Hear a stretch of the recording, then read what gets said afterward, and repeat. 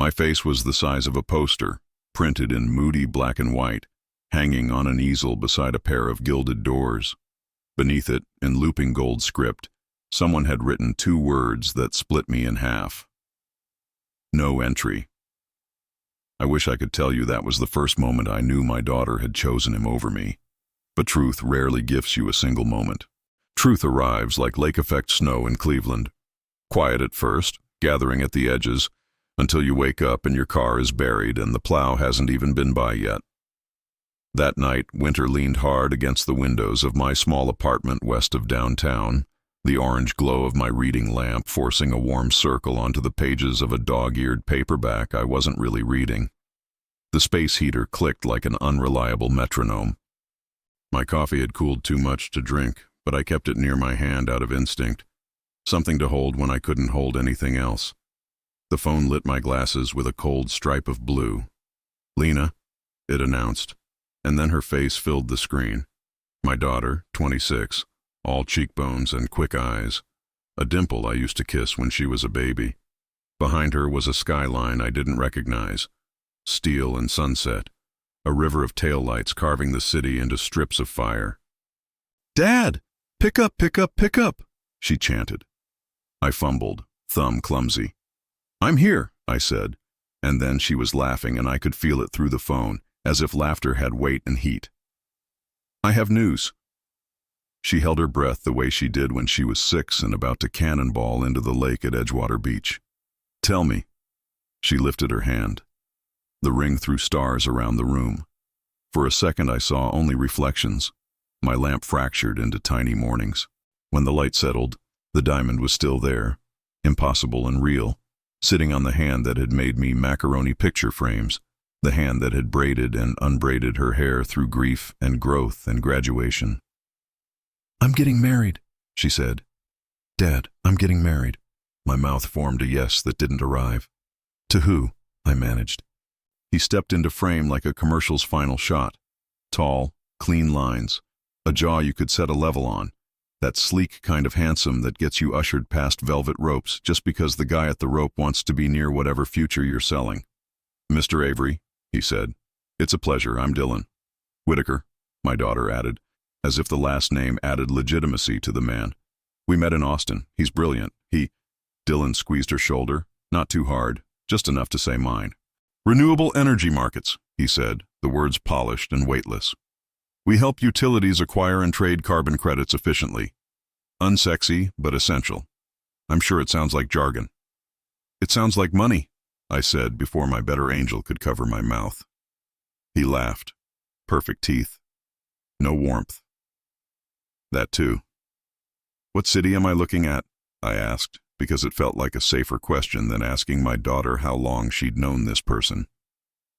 "Nashville," she said. "For now. We're moving to Atlanta next month. Dylan's opening a small office in Midtown." She leaned into him, the way people lean into things they believe will hold. "And we're not waiting a year or two. March. We found a cancellation at the Biltmore ballrooms. Dad, you should see the ceilings. It looks like someone bottled sunset and gilded it." "March," I said, and the month sounded thin, like something that wouldn't hold up under weight. "When you know, you know," Dylan said, his eyes flicking just past the camera every few seconds, like a pilot checking instruments. I noticed a ring on his right hand. No stone, just a band of brushed gold he kept turning with his thumb the way a boy worries a loose tooth. "We can talk details when you two visit," I said, trying to keep the conversation from turning into a test. "When's that?" "Soon," he said. "2 weeks," she said at the same time. He smiled at the camera, but it didn't reach his eyes. I felt it then, that sliver of cold that slides under the door you thought you'd sealed. After they hung up, I put my book face down and stared at the dent in the cushion where I'd pressed my knee out of nervous habit. The snow had started again, high, dry crystals that made the world look like it had been coated in ground glass.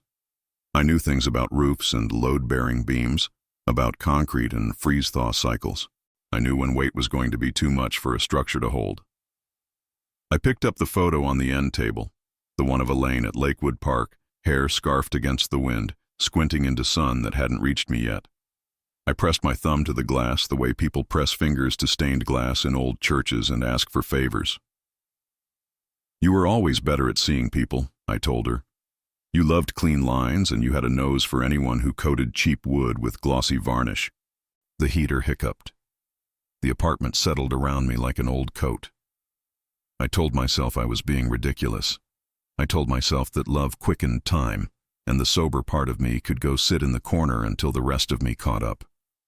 2 weeks later, I was a small man swimming through a large lobby in Buckhead that smelled like lemons and ambition. The restaurant Dylan had chosen had marble that reflected the ceiling so perfectly it looked like the room had swallowed the sky.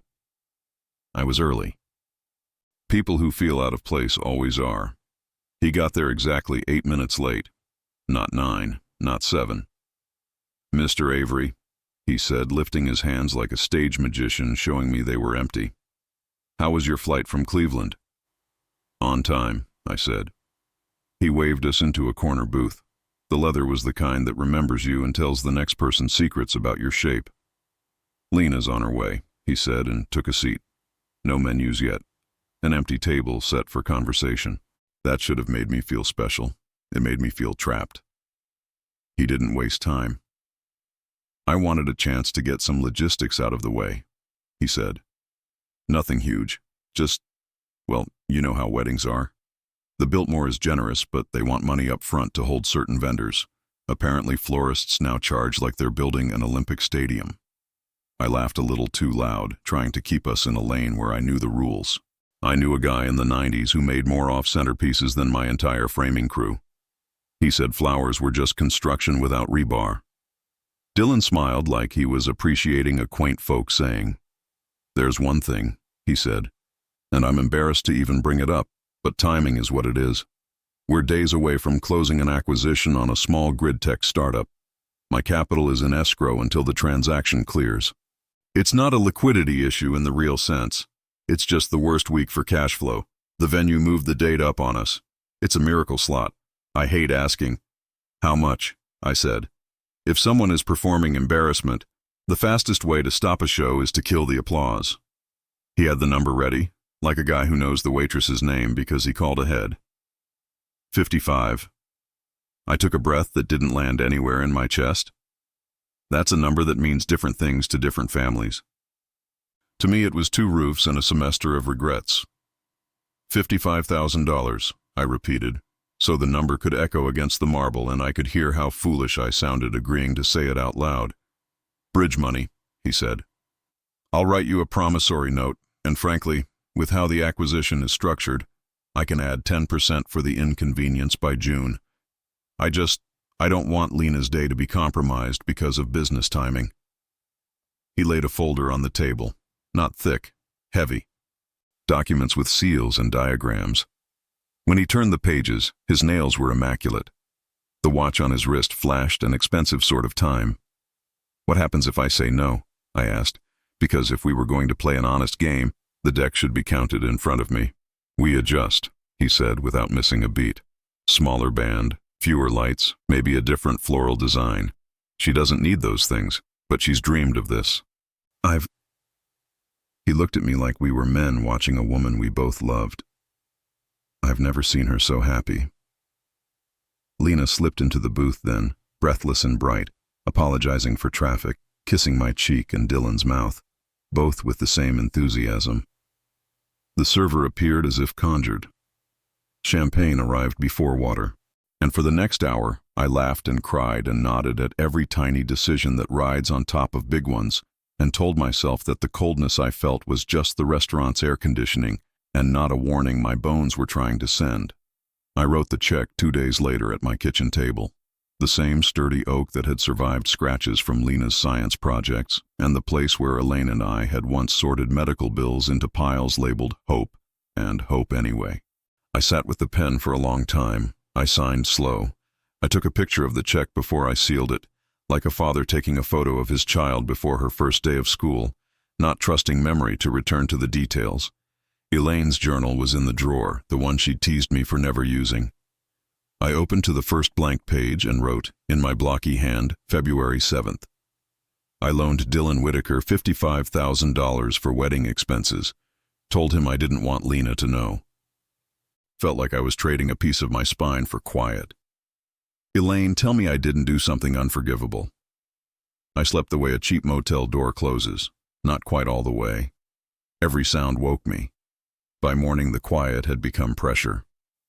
I walked fast that day just to keep the clock moving. I fixed a loose cabinet hinge that wasn't loose. I tightened a bulb that didn't flicker. After dinner, I put the check in a stamped envelope and told the sky over Cleveland to deliver me from my own weak spots. The next weekend, Lena flew up alone to show me dress pictures on her phone, to let me touch swatches that felt like clouds with rent payments stapled to them. We ate pierogi at a place in Slavic Village, and she picked onions out of mine the way she used to when she was small and convinced she was saving me from something. "He's good to me, Dad," she said. "You don't have to worry." "You get that I'm going to worry anyway," I said. She grinned. "Sure, but you could at least enjoy it a little." I tried.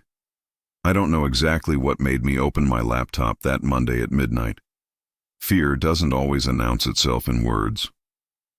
Sometimes it arrives as a reflex, like reaching for a railing that isn't there. I typed his name. Dylan Whitaker. The first page was a garden, TEDx talk clips. A glossy interview from an Atlanta lifestyle magazine that spoke fluent cocktail party. A LinkedIn profile with endorsements from people who looked like billboards for clothes I couldn't afford. Page 3 grew weeds. An LLC registry out of Florida with a name that sounded like a focus group, Whitaker Carbon Aggregates, filed 8 months ago, registered to a mailbox at a UPS store in Coral Gables. I added lawsuit to his name and hit enter. The wobble became a crack. A civil matter out of Travis County, Texas. A judgment in Fulton County, Georgia. Words like misrepresentation, like undue influence, like conversion. Nothing criminal. Everything crooked. I kept digging because that is what fathers do when sleep won't come and the house is too quiet to trust. A woman in Dallas whose business had been consulted out of $100,000. A blog post on a consumer site that had been removed but persisted in a cached version like a ghost refusing to leave its room. Different last names ping-ponging through years. Dylan with an O, Whitaker instead of Whitaker, W. Dylan something. The pattern was a wallpaper I'd seen my whole life. Charming, fast, detailed enough to sell, vague enough to slip away if someone leaned too hard. By 3 a.m., my printer was warm from pulling case filings into the world. I had a growing stack of paper and the feeling that my chest had become a room someone else was renting. At 5, I gave up on pretending I'd sleep. I showered, dressed, and drove to the airport on roads the plows hadn't yet reached. I did not tell Lena I was coming to Nashville. I told myself I'd sit with Dylan across a table and let him know, man to man, that lies told in my family's direction would stick in his throat. That was my old self-talk. The truth was uglier. I wanted to see if I could look him in the eyes and find even one flicker of something clean. When I knocked at their apartment, floor-to-ceiling windows, view of a river turned silver by rain, he answered without a shirt, smiling as if I'd just come to borrow a tool. "Mr. Avery," he said, as if my name tasted good in his mouth. "Coffee?" I held up the folder. "I want to sit," I said. He stood aside. The place was beautiful in the way only rented places can be, modern and impersonal, nothing nailed down. Everything a staging area for the next moment his life would ask to be moved. We talked for 40 minutes. He denied everything with the kind of confidence you only learn by denying a lot of things in a lot of rooms. "Disgruntled partners," he said. "Competitors. People don't understand this space. There's always blowback." He ran a hand through his hair when he said blowback, as if the word were wind that might muss him. "Lena knows everything." "She doesn't know you came to me for money," I said. His eyes sharpened just for a second. "That's between us," he said. "Protecting her is important to both of us." "I'm not your partner," I said. "I'm her father." He put his hands up, and I hated him a little more for how slowly he did it. "Tell Lena whatever you want," he said. "You'll hurt her far more than you will me." She walked in halfway through our standoff, carrying 2 lattes and a bag of donuts, the morning's version of peace. "Dad?" she said, surprise and joy fighting in her voice. "What are you? Why didn't you?" "I needed to see," I said. "See what?" "Who he is." We didn't finish the donuts, we didn't drink the coffee. We raised our voices. All 3 of us were right and wrong and loud. And when I left, my daughter's face was damp and closed to me for the first time since she was 12, and slammed a door so hard it cracked the trim. I called her that night, and the next. She didn't answer. Valentine's Day came with a sky so bright it hurt, even in Cleveland. I called again. Straight to voicemail. I sent email, attached the filings. No response. Finally, she texted, "I'm choosing peace for myself. Please stop." Peace for herself. I have not hated a phrase so much in my life. Not because it isn't beautiful, but because it's the kind of thing predators learn to say when it benefits them. The month bled into March. My neighbors started to ask if I was well. I parked in different spots each day like a man avoiding patterns, as if that would keep bad luck from finding the door. I stopped by the funeral home where I bought Elaine's stone, because grief is a place that will always open the door for you. I told the man at the counter that I didn't need anything. I just wanted to remember where I'd shaken hands with someone who meant what he said. On March 9th, I did the thing cowardice dresses as courage. I walked into Tiffany on 5th Avenue when I was in New York for a training and let a woman wrap a bracelet I couldn't afford in a small blue box with the reverence of a sacrament. "For your daughter?" she asked gently. "For mine," I said, trying to make the sentence hold.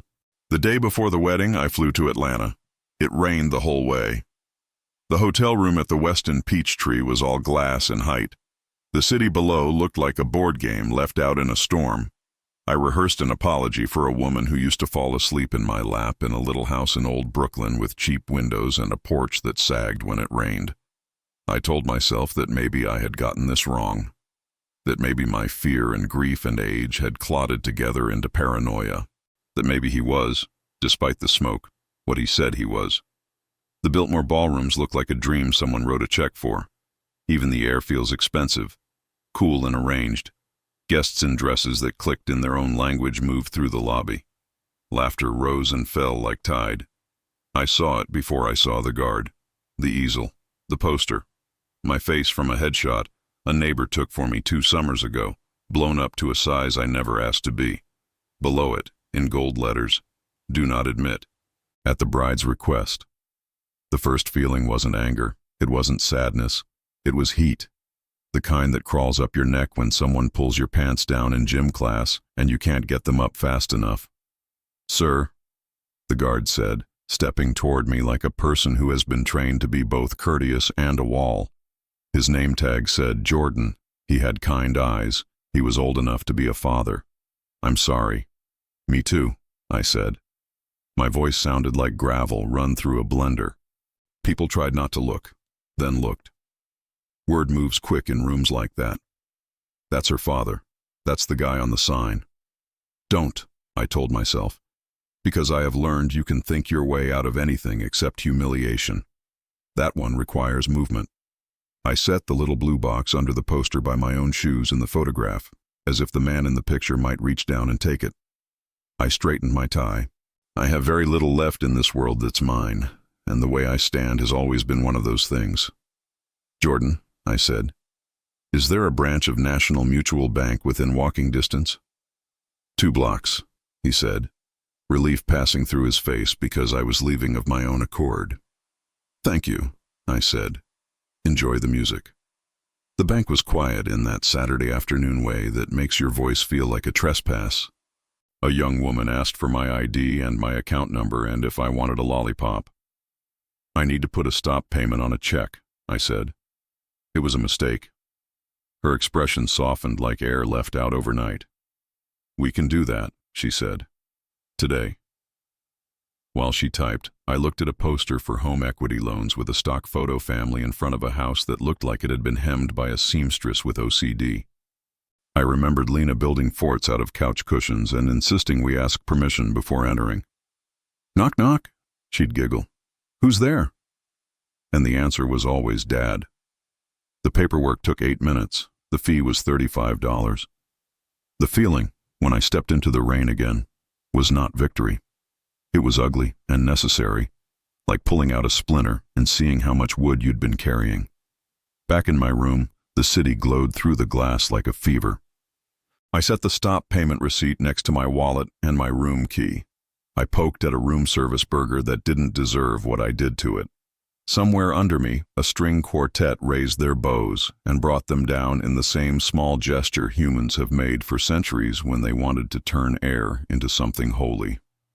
At 7:11 p.m., my phone started buzzing.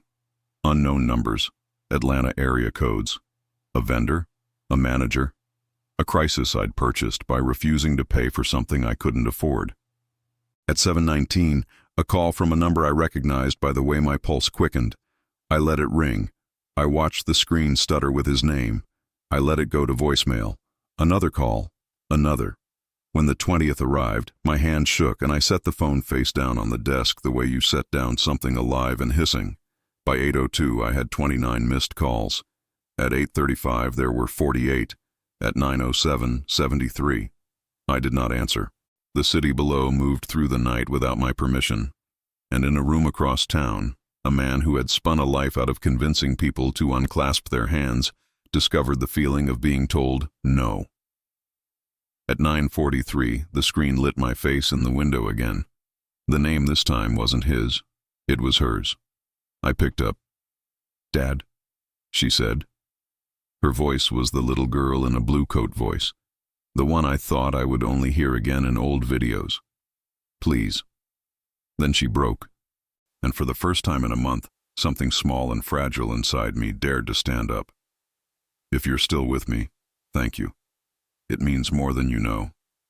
If you want, tell me where you're listening from. Your city, your little corner. Like the video if this story has you feeling something. And subscribe if you want more of these. I'm going to keep telling it, one breath at a time." I heard the room before I saw it. Music cut off mid-phrase. The slice of a microphone feeding back. The sharp way 100 whispers shred the air. Atlanta's night pressed against the Biltmore's tall windows like a dark crowd. My phone was still warm in my hand from Lena's call. "Where are you?" I asked. "Powder room off the East Hall," she said. "Door by the coat check. Please, Dad. Please, just come." I was halfway to the elevator before the last "please" landed. In the lobby, the easel with my face was gone, as if the earth had opened and swallowed both the sign and the part of me that flinched at it. The guard, Jordan, caught my eye and gave a barely visible nod, the kind men give other men when bigger things are happening than either of them has the power to fix. On the mezzanine, vendors moved like a small army retreating. A florist in a black jumpsuit lifted a candelabra with both hands, jaw set. The DJ wheeled a case that looked like it could hold a person. The banquet captain stood at the edge of the chaos, tablet in hand, trying to rearrange a disaster into items he could check off. When I pushed into the side hallway, sound thinned. 2 bridesmaids were barefoot, mascara streaked, holding phones like rosaries. One looked at me and then quickly away, recognizing something she didn't want to say out loud. I knocked on the powder room door. It opened with a soft click, and there she was, my girl. Not a bride, but a person whose body had run out of ways to hold itself together. The dress was beautiful in a way that made me want to find whoever designed it and ask them to apologize. She was clutching the countertop so tightly her knuckles were white. "Dad," she said, and fell forward. I caught her. We swayed like people do at the end of long weddings, but there was no music, just the sound of the faucet drip and both of our breathing. "I'm here," I said into her hair. It smelled like hairspray and flowers, the manufactured version of joy. She pulled back enough to look at me. "He told them it was a bank error. Then he told them you sabotaged him. Then," her mouth trembled, "he said if I loved him, I'd go to you and make you fix it. Like I had a lever to pull that would make money fall out." I swallowed hard. "Did he admit the rest?" She blinked, and when she opened her eyes again, she was older. "He said the other cases were misunderstandings, that women are emotional and vindictive. Then he said they were jealous. Then he said maybe he'd made mistakes, but it was because he wanted so badly to create a life for us. Those are 4 different stories, I said. I know, she whispered. He couldn't keep one straight. Something crashed in the ballroom, a tray of glasses by the sound of it, the kind of brittle music that announces an ending. A voice rose above the crowd's murmur, Dylan's, pitched high, insisting, cajoling, slipping toward a register that made me picture a boy rather than a man. Do you want to go? I asked. We don't have to talk to him tonight. She flinched at the door. He has my phone. He took it when the first card declined, said he'd handle the call so I could stay radiant. The last 2 words snapped off like icicles. I felt my hands find that old anger I keep in a safe place. We'll get it back. No scenes, she said quickly, the reflex of a woman who has learned to manage a man so he doesn't go off. Please, not in there. All right, I said, not in there. We timed our exit between one wave of vendors and the next. Jordan intercepted us near the coat check and handed me my jacket without needing to look. Side stairs are clear, he murmured. Loading dock door is open if you don't want to cross the lobby. He met Lena's eyes. You okay, ma'am? She nodded, which was not the same as yes. In the stairwell, the Biltmore's grandness boiled down to concrete and metal rails and the smell of old water. Our footsteps echoed. I heard a door open above us and then shut, and a second later his voice bounced down the flight. Lena, baby, wait. She froze, and so did I, because sometimes even men who promise themselves not to make scenes find themselves in rooms built for echoes with someone who deserves one. He came around the landing like a man late to his own pitch meeting, shirt collar open, bow tie hanging, hair a little wild for the first time since I'd met him. He saw me and stopped, calculating, deciding which version of himself to wear. Mr. Avery, he said, going for conciliatory. We got our wires crossed. The payment processor flagged multiple large transactions. I've already spoken to the bank and they... No, I said. No. No more stories. He smiled a tired, nasty little smile. You think you've done something noble, he said. You think you've saved her from embarrassment. But what you've done is burn her wedding to the ground, in front of everyone she loves. I'm still here, Lena said quietly, an edge in her voice I hadn't heard in months. He shifted tactics without a breath. Sweetheart, listen to me, please. Your father is... He searched for an insult that would land without sounding like an insult. He's scared. He's clinging. He's creating drama to stay in your life. I laughed then. I couldn't help it. It wasn't kind. It wasn't even smart. But sometimes laughter is the only tool you have that isn't a fist. Son, I said, and he bristled at the word. You're talking to a man who lay on a bathroom floor for 6 hours once because his wife couldn't stop shaking, and then went to work the next morning because life doesn't ask. Dramatic isn't a thing I've had time to be. He took a step down, close enough that I could see the tiny cracks forming at the corners of his eyes. He didn't look like a commercial now. He looked human, which is to say dangerous. Give me the bank receipt, he said. We both know you did something you'll regret. Give me the stop payment number. I'll fix this, and we can call this what it is. A misunderstanding, born of love. He reached out a hand, not touching, hovering. A threat in the shape of a caress. I looked at his hand, then at my daughter. You will not touch her again, I said, so low it felt like the building heard me more than he did. He laughed without sound. You can't keep her, he said. You know that, right? You can win tonight, but you can't keep her. Watch me, Lena said. Her voice surprised all 3 of us. He blinked. She stepped past him and kept going, heels in her hand now, dress hiked indecorously enough that a fussy ant would have fainted. I moved between them without thinking. He stood there one more heartbeat, then turned on his heel and went back up, because what else was there for him to do but go toward the room where his stories had run out of chairs to sit on. The loading dock opened onto an alley that smelled like rain and hot wiring. A catering truck idled, red taillights bleeding into puddles. We stepped into the night and the air felt honest in a way the ballroom never had. In the hotel elevator, Lena leaned into the mirrored wall and let her eyes close. "I put that sign up," she said suddenly, voice hoarse. "The one with your face. He told me it was the only way to have peace on a day that was supposed to be mine. He said good boundaries sometimes look like cruelty if people won't accept them." I stared at our reflections, her dress, my tie crooked now. "He's good at turning virtues into weapons," I said. "And he used your kindness like a crowbar." She nodded. "I'd like to apologize for a long time," she whispered. "You can take a breath first," I said. "Then a shower, then maybe some fries." At 12:18 a.m., there wasn't much open but a Waffle House on Northside Drive. The kind of place where hearts slow down and coffee isn't an art project. Lena wore my windbreaker over her dress.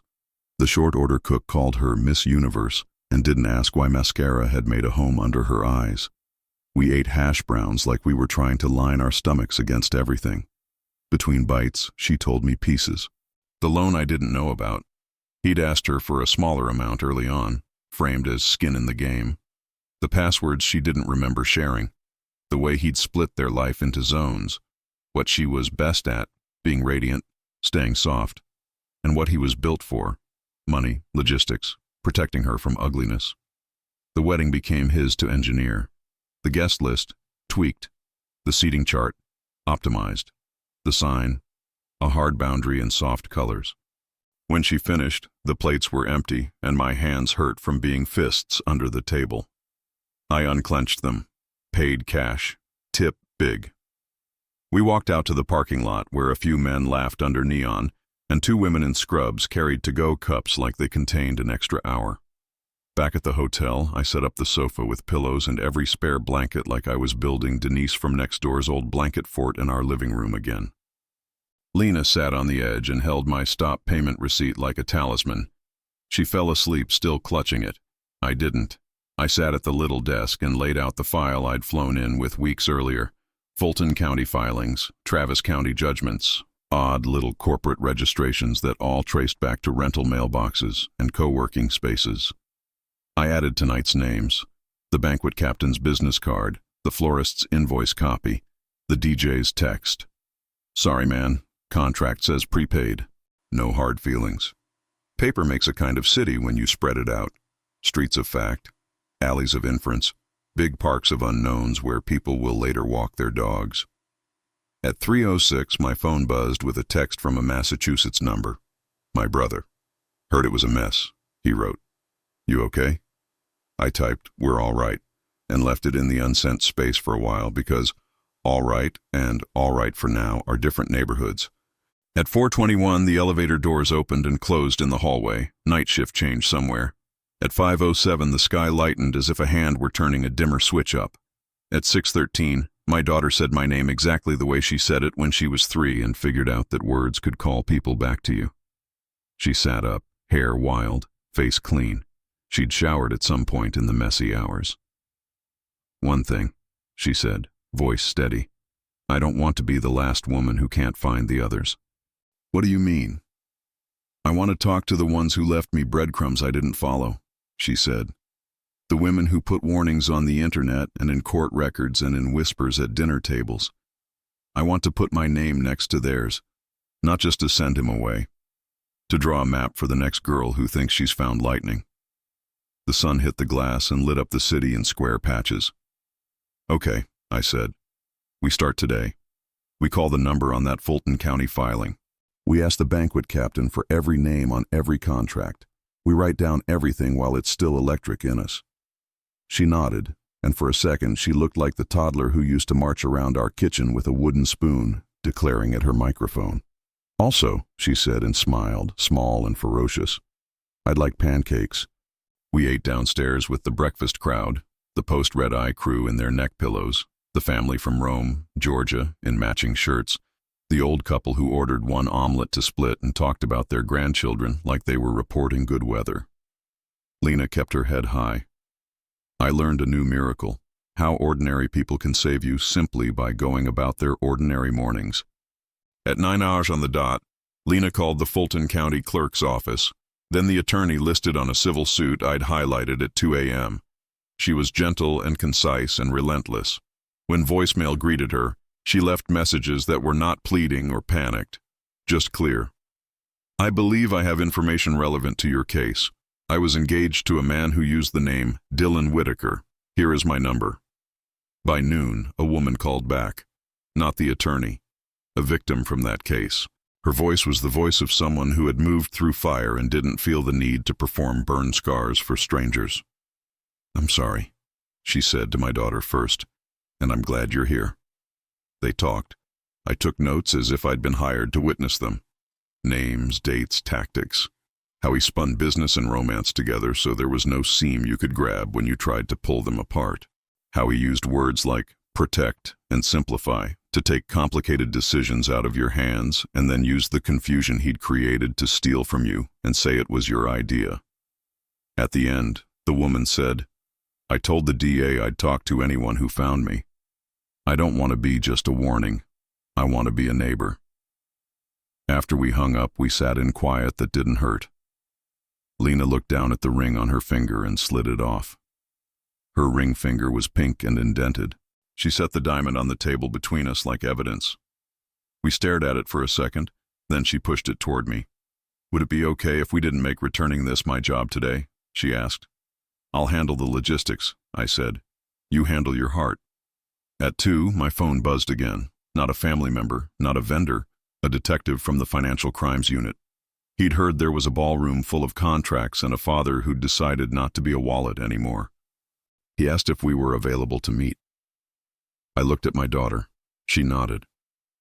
1 hour, I said. On the way out, we passed the hotel bar. 2 men in suits were talking too loudly about a deal that would definitely close next quarter. I caught our reflection in the mirror behind the bottles, her in a borrowed hoodie, me with a folder under my arm like a schoolboy, and thought, we look exactly like what we are. Ordinary people doing the least ordinary thing, telling the truth on purpose. Outside, Atlanta was hot already. The street smelled like gasoline and ambition. A MARTA bus sighed at a stop. High above, the Westin shimmered. My phone buzzed. A last text from an unknown number. You didn't have to do this, it read. No name.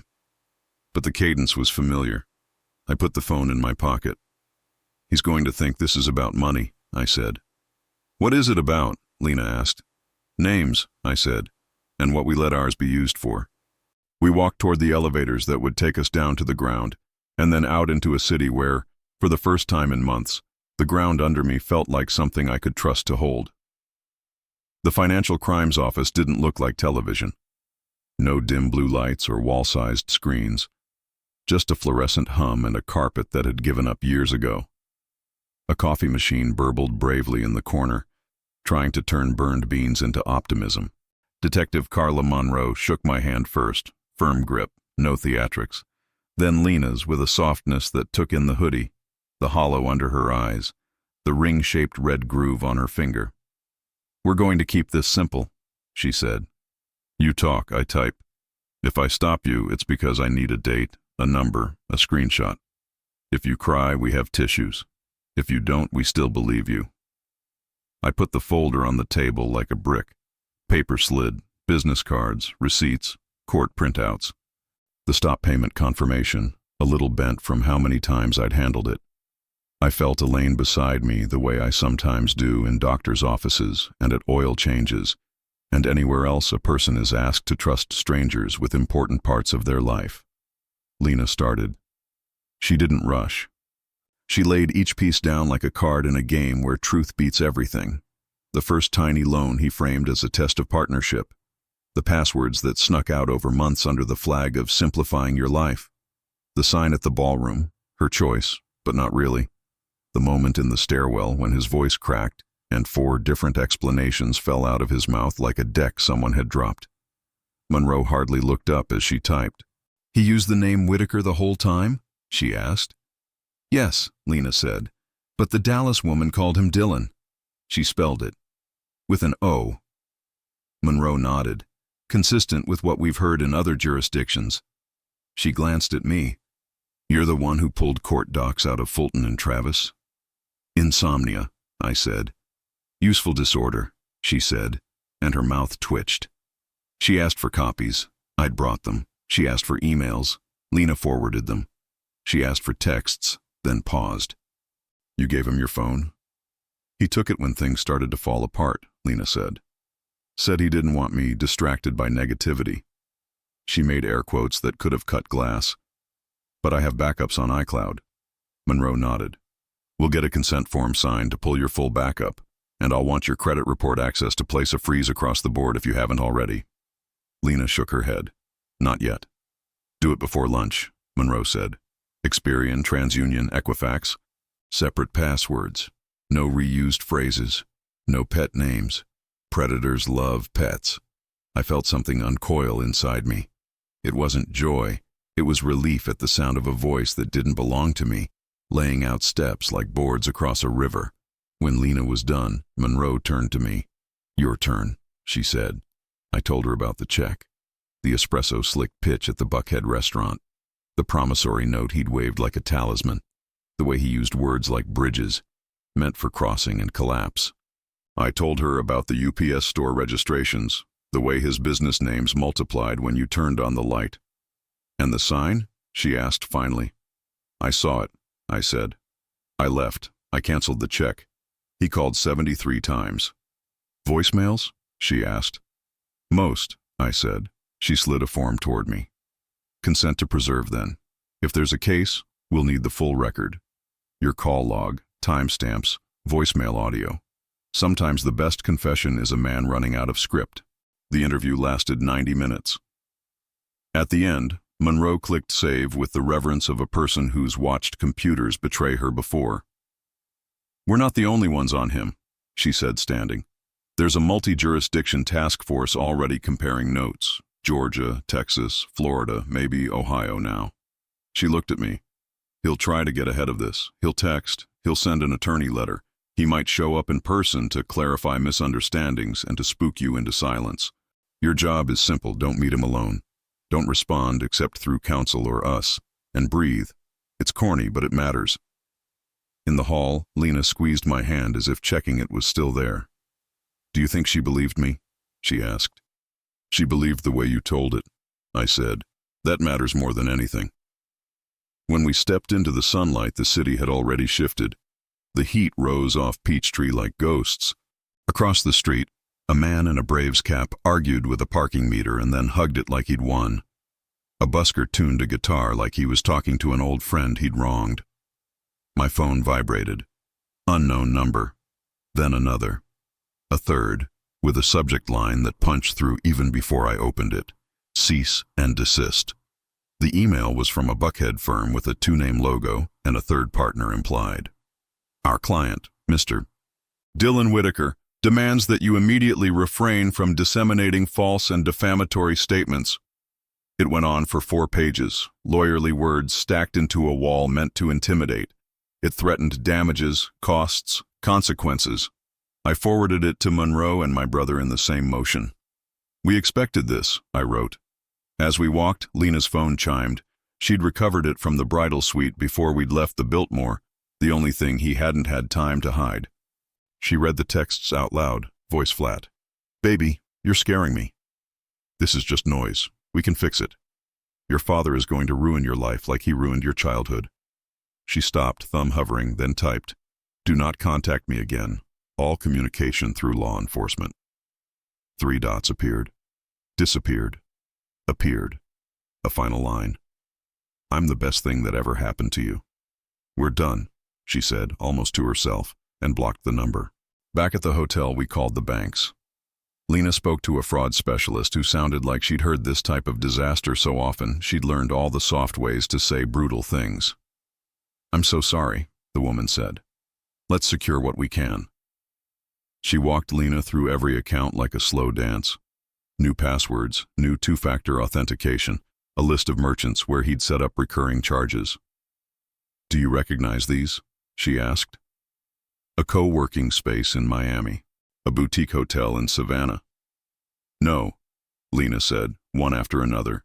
Click, cancel, click, notify. You're not the first person with his name in your story, the woman said gently. You won't be the last. but you can be the one who puts the stop sign in the right place. When we hung up, it was quiet in the way only hotel rooms at noon can be. Air conditioner cycling, a muffled vacuum cleaner far down the hall, someone's laugh in a room we'd never see. I took Elaine's photo from my wallet. The corner had softened from years of being thumbed. I set it on the desk, facing the window, so she could watch the city with us. You always wanted a project, I told her. Here we are. The knock at the door came soft and deliberate. I opened it to a bellman holding a small white bag with a green ribbon. Left for Ms. Avery at the front desk, he said, neutral as a news anchor. Inside, tissue paper and a note. No signature. The handwriting was careful to the point of artificial. To new beginnings. At the bottom, a key card, no hotel logo, just a strip of black. Lena and I looked at each other. She lifted her brows. He's trying to get us to go somewhere, she said. I flipped the card in my hand. Or he's telling us he has a door we don't know about, I said. I held it to the light, then slid it back into the envelope. We'll give it to Monroe. We spent the afternoon making lists, not grand ones, practical ones. Change the locks at Lena's place. Close the joint account he'd added himself to under the pretense of paying utilities. Call the DMV about her license address. Freeze her credit. Eat something serious that isn't pancakes, I added, and she smiled. At 4, my brother called. He's making noise online, he said without hello.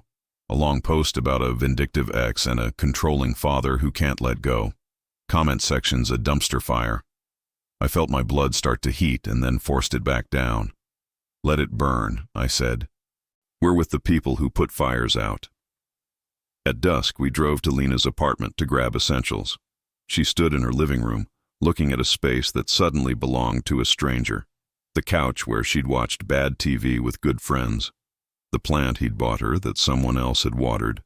The bowl by the door where she'd kept her keys, her ring, her life. I changed the lock with a set of tools I keep in the trunk for the kind of emergencies nobody believes in until they happen.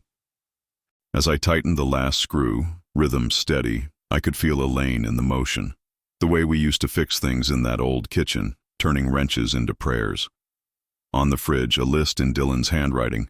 Utilities, insurance, venue, final balances. A check mark next to each. Lies with tidy boxes. Lena pulled the list down. He loved lists, she said. He always made them sound like love. Real love sounds like bolts turning, I said, and handed her the new keys. When we got back to the hotel, an email waited from Monroe. Short. Good work today. Keep everything, including envelopes. Don't reply to him. I'll be in touch tomorrow with next steps. At the bottom, a line that made me breathe easier than any paragraph of legalese could have. You did right by your daughter. I stood at the window and watched the city change clothes. Day peeled off. Night put on its jewelry. Somewhere out there, Dylan was making calls, crafting a version of the evening that framed him as the wronged man, the visionary under attack from small minds, the lover sabotaged by a jealous father. Let him, I thought. Let him speak into the wind. Let the people who need to believe him click their tongues and pass the story along like stale candy. We had something better than outrage now. We had paper, names, a detective with a tired smile and a file with our last name on it. Lena came to stand next to me. I don't know what tomorrow is, she said. Neither do I said. We stood there, 2 people in a 100-foot rectangle of glass, watching a city that didn't know our names get on with its evening. Somewhere, a siren started and stopped. Somewhere else, someone laughed too hard and then apologized. My phone was silent. For the first time in a long time, that felt like mercy. At 2:14 a.m., the door handle stuttered. Not a knock. Not housekeeping's careful courtesy. A deliberate rattle, the kind that tests a boundary to see if it's tired enough to give. I was up already. Sleep, and I had declared a trial separation, sitting at the little desk with a styrofoam cup of coffee that tasted like apology. The second rattle came with a soft scrape at the latch. Lena shifted on the sofa, half asleep, the stop payment receipt still tucked under her palm like a lucky coin. I stood and walked to the peephole. The hallway was a smear of carpet and light. Then a shoulder, a cap pulled low, the edge of a jaw I recognized the way you recognize your own shadow. "Sir," I said through the door, flat and calm, the way you talk to a dog you don't want to spook. "You need to leave." He didn't. Something slid under the door. Paper, expensive stock, thick enough to be a promise. I let it sit there. The handle jiggled once more, then footsteps retreated, soft and fast. Lena sat up. "What?" She saw my face and stopped asking. "I'm calling downstairs," I said. My voice didn't shake. I was grateful for that. Security came quick, 2 men whose bodies said, "We move heavy things for a living." They took our statement, reviewed the hallway camera right there on a little tablet. The still frame was generous. Enough light to see the line of his mouth, the set of his shoulders, the cap he'd thought would make him a stranger. They nodded, made a report, left us 2 extra door wedges and a number to call if we needed an escort anywhere that night. After they left, I picked up the envelope. Inside, a single card, heavy, embossed with his initials like a monogrammed bruise. The handwriting was that careful kind that tries too hard not to be a font. "I can still fix this." Lena read it and closed her eyes like a person bracing for a wave. She didn't cry. That scared me more than tears would have. I laid the card next to Elaine's photo. My wife looks good in hotel light. Something about the cast makes her laugh lines into constellations. "You'd tell me to breathe," I said to her quietly. "You'd tell me to pick up the phone and call a grown-up." At 8:02 a.m., Detective Monroe texted back before coffee had reached my blood. "Do not engage. Bring card and envelope to me. Also, the anonymous key card from yesterday, we ran it. Access to a midtown storage facility. Working on a warrant." A storage unit, of course. Where do men like him keep their extra lives? Somewhere cheap and locked. Somewhere no one asks questions as long as the bill gets paid. "PPO first," I told Lena, then Monroe. She nodded like a person who has decided to live. The protective order office at Fulton County Courthouse is a fluorescent box with 3 clocks and no windows. The chairs have seen things. A woman in a mustard cardigan explained the process without softening it. Forms, affidavits, a judge who would look at us as strangers, an order that would spend a day becoming real in computers, and another day becoming something police could hold up like a shield. Lena wrote her statement slowly, carefully, like a person patching a tire that has to carry her 30 more miles than it was made for. She didn't dramatize. She didn't minimize. She listed dates, times, the stairwell, the sign with my face, the 73 calls, the door at 2:14 a.m. The clerk glanced at me. "Do you want to file too?" she asked. "You were targeted last night. His behavior's escalating." I nodded. My handwriting looked like a carpenter's. Block letters, straight lines. I wrote it all down, feeling the relief of turning air into ink. When we finished, we sat on a bench and waited for a judge whose morning would be made of strangers' worst hours. "Remember when Mom used to fix everything with tape?" Lena said suddenly, a small sideways smile tugging at her mouth. "Like actual tape? She'd tear a strip with her teeth and say, 'There, good as new.'" It pulled me back so fast I almost stood. Elaine at our kitchen table, a birthday banner that wouldn't stay, a science poster that lost its title on the walk from car to school door. Her voice, "Good enough is sometimes the best kind of perfect." Her hands, quick and certain. The way Lena watched her, absorbing competence like osmosis. "I remember," I said. The word felt like a handrail in a dark stairwell. The judge signed the temporary orders at 10:37. The paper looked absurdly plain for something with so much weight. The clerk explained service, sheriffs, timelines. We stepped back into the heat with 2 folded shields in my jacket pocket. Monroe's office buzzed differently when we arrived. Phones doing their little dances, an energy that felt like weather changing. She took the envelope and card with gloved hands, slipped them into baggies, labeled them with a blue Sharpie. "The storage warrant just came through," she said. "My partner's on the way. If there's anything in there that belongs to you, you'll get it back through evidence. If there's anything that belongs to women we don't know about yet, we'll find them." "Can we go?" Lena asked. Monroe shook her head. "I can't take you into a search." Chain of custody nightmare. But I can text you when we're done. We killed time the way middle schoolers do between classes, standing too long in a Walgreens looking at greeting cards we'd never send, walking a loop past a park where toddlers argued about whose turn the slide was. I bought a pack of gum and a cheap pen I didn't need. Lena picked up a nail file and a travel-size shampoo, turning them in her hands like talismans. At 1:22, Monroe texted 2 words. It's something. We sat on a low wall in the shade while she called. Multiple IDs, she said. Not just driver's licenses, club memberships, temp badges for co-working spaces in 3 cities, a binder of receipts labeled wedding, photos, not, she paused, not obscene, staged, pictures of rings on hands that aren't yours, pictures of posters that say things like private event, no admittance. I looked at Lena. She mouthed the words with me. No admittance. Monroe kept going. 2 hard drives will have to get warrants to image. 6 SIM cards taped to a page with dates. A stack of promissory note templates with blanks for the name and date. I closed my eyes. The wind moved hot across my face like a hand. What happens now? I asked. Now, she said, we document. We get the arrest warrant we can defend, and we do our jobs. He'll hear about the storage search fast. He'll run, or he'll try to get ahead of it by lawyering up and turning this into a PR campaign. Either way, don't be alone today. We weren't. We went to my brother's place in Decatur. Modest brick, a yard with a hammock, a dog that greeted us like we'd been gone for a decade, not 3 months. Frank hugged Lena longer than most men would dare. He hugged me like a brother who knows that stubbornness and tenderness are the same muscle, just used on different days. You hungry? He asked. Yes, Lena said, which is how I knew she was starting to come back to herself.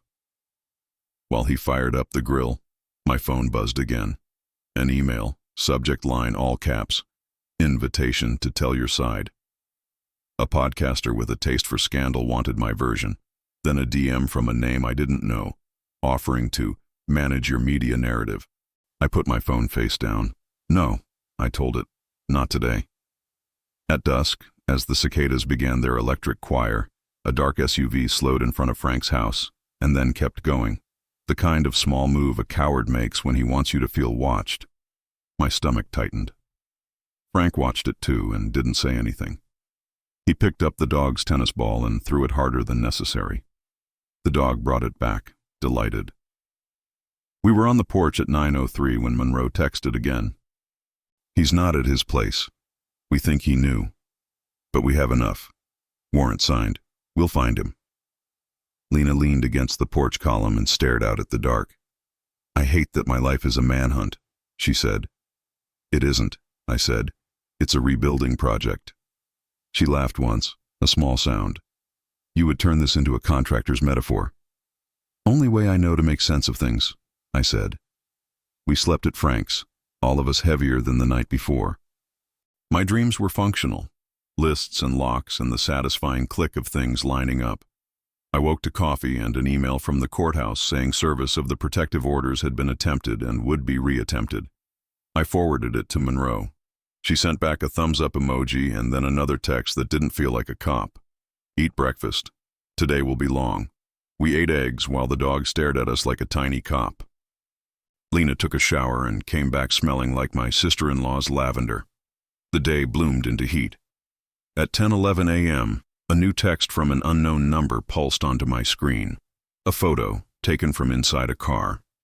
The frame caught the edge of a church steeple, a piece of a city skyline, the corner of a storage facility sign we now recognized.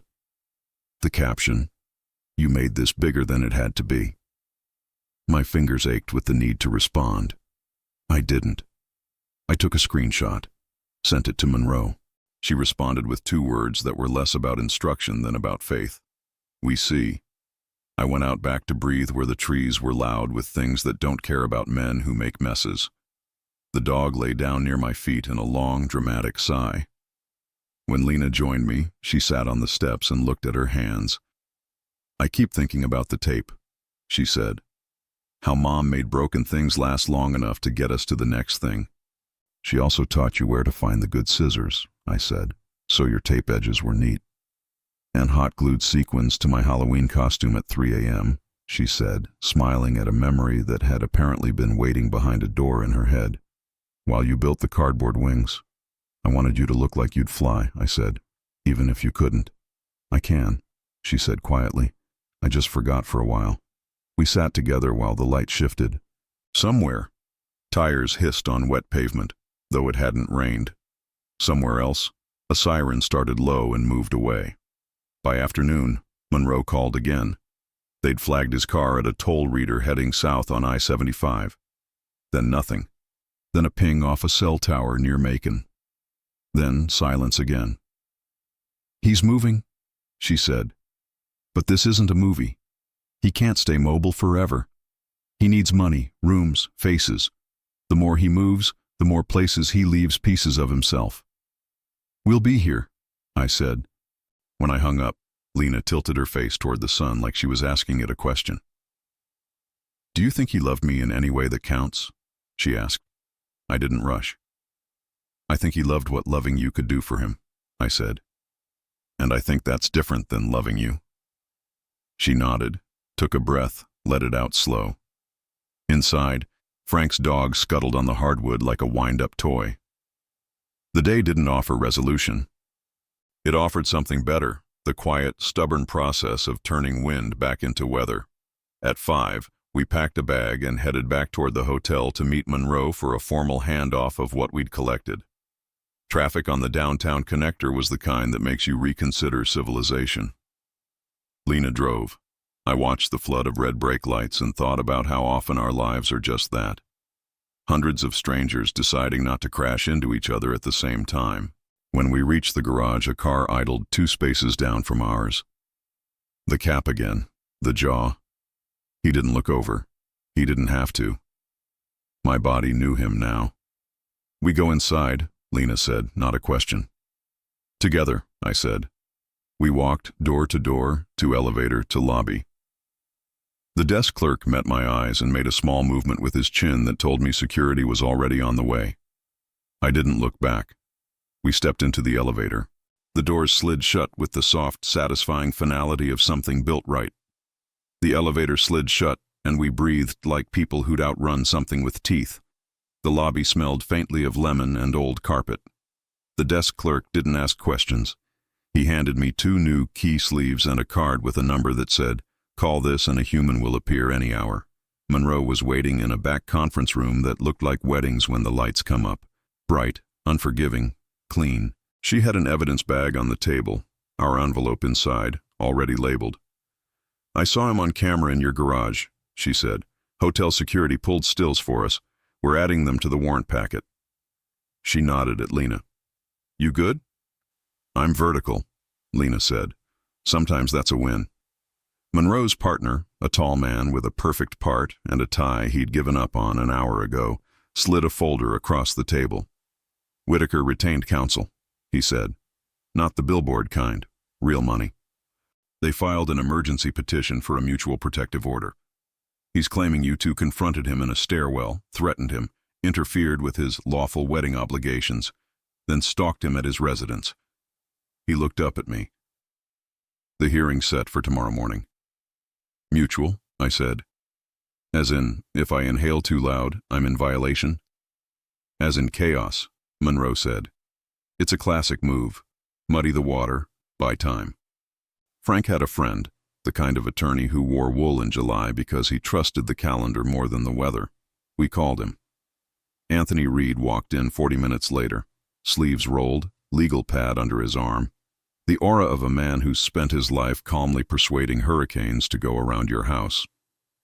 "I like judges in the morning," he said, taking a seat. "They've had coffee and haven't been disappointed yet." He skimmed the petition and whistled once without music. "We can handle this. You 2 did the right things. Documented, reported, stayed boring in public." He prepped us the way a good carpenter preps a wall before paint. Patient, thorough, no shortcuts. "Answer clean," he told Lena. "Don't ad-lib. Your power is in the details, not in how hard you punch. You..." He turned to me. "Look at me when you get angry, not at him." If you stare at him, it reads as menace. If you look at me, it reads as control. Unfair? Yes. True? Also yes. We ate takeout in the conference room. Coleslaw sweet enough to be candy. Barbecue that stained everything it touched. The city on the other side of the glass kept moving without us, which is both how cities work and how justice feels when you're waiting your turn. At 3:17, Monroe's phone buzzed with the distinctive sound of someone who doesn't get to ignore buzzes. She listened, face still. "Copy," she said, then looked at us. He filed disputes on a stack of transactions, wedding vendors, hotel charges, jewelry purchases. He's trying to flip the script, make it look like he's the victim of fraud. "Can he do that?" Lena asked. "Anybody can do anything," Monroe said. "It's whether it sticks." She turned to me. "Vendors may come at your daughter for balances. It's not personal. It's survival. We'll provide them with a notice of investigation if you'd like." I could feel the old contractor in me rising, the guy who's had clients stiff him and has driven through snow at night to board up a window for people who never paid. "Let me talk to them," I said. "I know that tone." We started with the banquet captain. When she answered, her voice had the brittle cheerfulness of someone holding a job together with willpower. "This is Thomas Avery," I said, "Lena's father." She exhaled so audibly we all smiled. "Mr. Avery," she said. "Lord, I'm glad to hear your voice. I didn't know who to call without making things worse." "Call me Tom," I said. "And you can CC Detective Monroe on anything you need. We're not stiffing you. We're untangling a crime." She paused. "We'll hold our invoices 30 days, she said finally. "I can't take a total bath. We're small. But we can buy you time. If anyone gives you trouble, tell them Janice from the Biltmore said to cool it." She chuckled, brief and real. "And tell your daughter I've worked 200 weddings and I know the difference between a bride in love and a woman getting managed. She's the first kind, with the wrong man." We made other calls. The florist, blunt, practical, willing to testify to the decline of 3 different cards and the look in a man's eyes when he knew his bluff was being called. The DJ already sent us a copy of his contract and the string of texts where Dylan had insisted on handling payment off-platform. Everyone had a fragment. Together they formed a picture that wasn't art, but was evidence. At dusk, we drove to Decatur. Frank met us at the door with a hug and a joke about barbecue sauce as aftershave. The dog presented a shoe in greeting, as if we'd won a prize. We planned the morning like generals with note cards. Reed would meet us at the courthouse at 8. Monroe would be in another room chasing a judge with an arrest warrant. She'd send an advocate to sit with us. Lena laid out her clothes on the couch. Pants, not a skirt. Shoes she could run in if she had to. I ironed my shirt in Frank's kitchen like I was about to interview for a job I already had. Sleep came in drafts. At 4, I woke to the sound of a siren in the far distance and the smell of rain. I sat on the edge of the guest bed and rubbed the spot in my chest where worry tends to go. Elaine used to press her palm there and say, "It's a muscle. It gets sore. It also gets stronger." At 6:30 we were up. Coffee, toast. Frank offered to drive. I said yes because I am learning to let men be useful to me. The courthouse steps were crowded with lives not ours. Reed threaded us through with the ease of a man who'd taught himself to move like water. Our hearing was in a small room with tall windows and a judge whose glasses made his eyes into saucers. Dylan sat at the other table with a lawyer in a suit the color of expensive storm clouds. He looked smaller than he'd looked in lobbies. That startled me more than rage. He kept his eyes on the tabletop like letters might march out of the wood and explain things for him. The judge explained the rules. Reed nodded as if reciting a catechism. Dylan's lawyer went first. He used words like orchestrated, interfered, pattern of harassment. He raised his eyebrows in the way lawyers do when they want to imply you're reasonable enough to agree with them. He gestured toward the bruise on Dylan's story and told the court it was a birthmark. Reed didn't stand when it was our turn. He stayed seated, voice low, forcing the judge to lean in. "Your Honor, the police are investigating my client's ex-fiancé for a pattern of financial crimes. There is a signed, temporary protective order already in place against him. Last night he attempted access to their hotel room and left a note, which law enforcement has, saying, 'I can still fix this.' We're not asking for drama. We're asking for clarity. He slid a stack of exhibits forward. Monroe's letter confirming an investigation. Screen captures of the 73 calls, timestamps, the hotel security stills, the text messages where Dylan demanded access and framed silence as cruelty. Reed's hand was steady. Mine wasn't. I put it under the table. The judge looked at the photos a long time. He asked Dylan 2 questions. Did you go to their hotel last night? Dylan's lawyer started to answer. The judge raised a hand. I asked him. Dylan licked his lips. I wanted to talk, he said. I was worried. Did you file this petition before or after you learned your storage unit had been searched? The judge asked. He didn't look up when he said, searched, as if the word were a piece of lint he'd flick away later. I have no knowledge of any. Dylan started, then stopped. The lawyer touched his arm the way people touch sockets they know are live. The judge sighed, a small, theatrical sound judges can afford to make. Mutual orders reward confusion, he said. We need fewer confused people. He signed the paper that dissolved Dylan's emergency order request and extended ours for 30 days, pending the criminal case. He looked at us.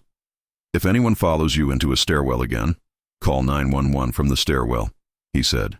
Make them arrive inside the echo. Outside, Reed shook our hands like a man who knew the difference between wins and reprieves. You're good for a month, he said.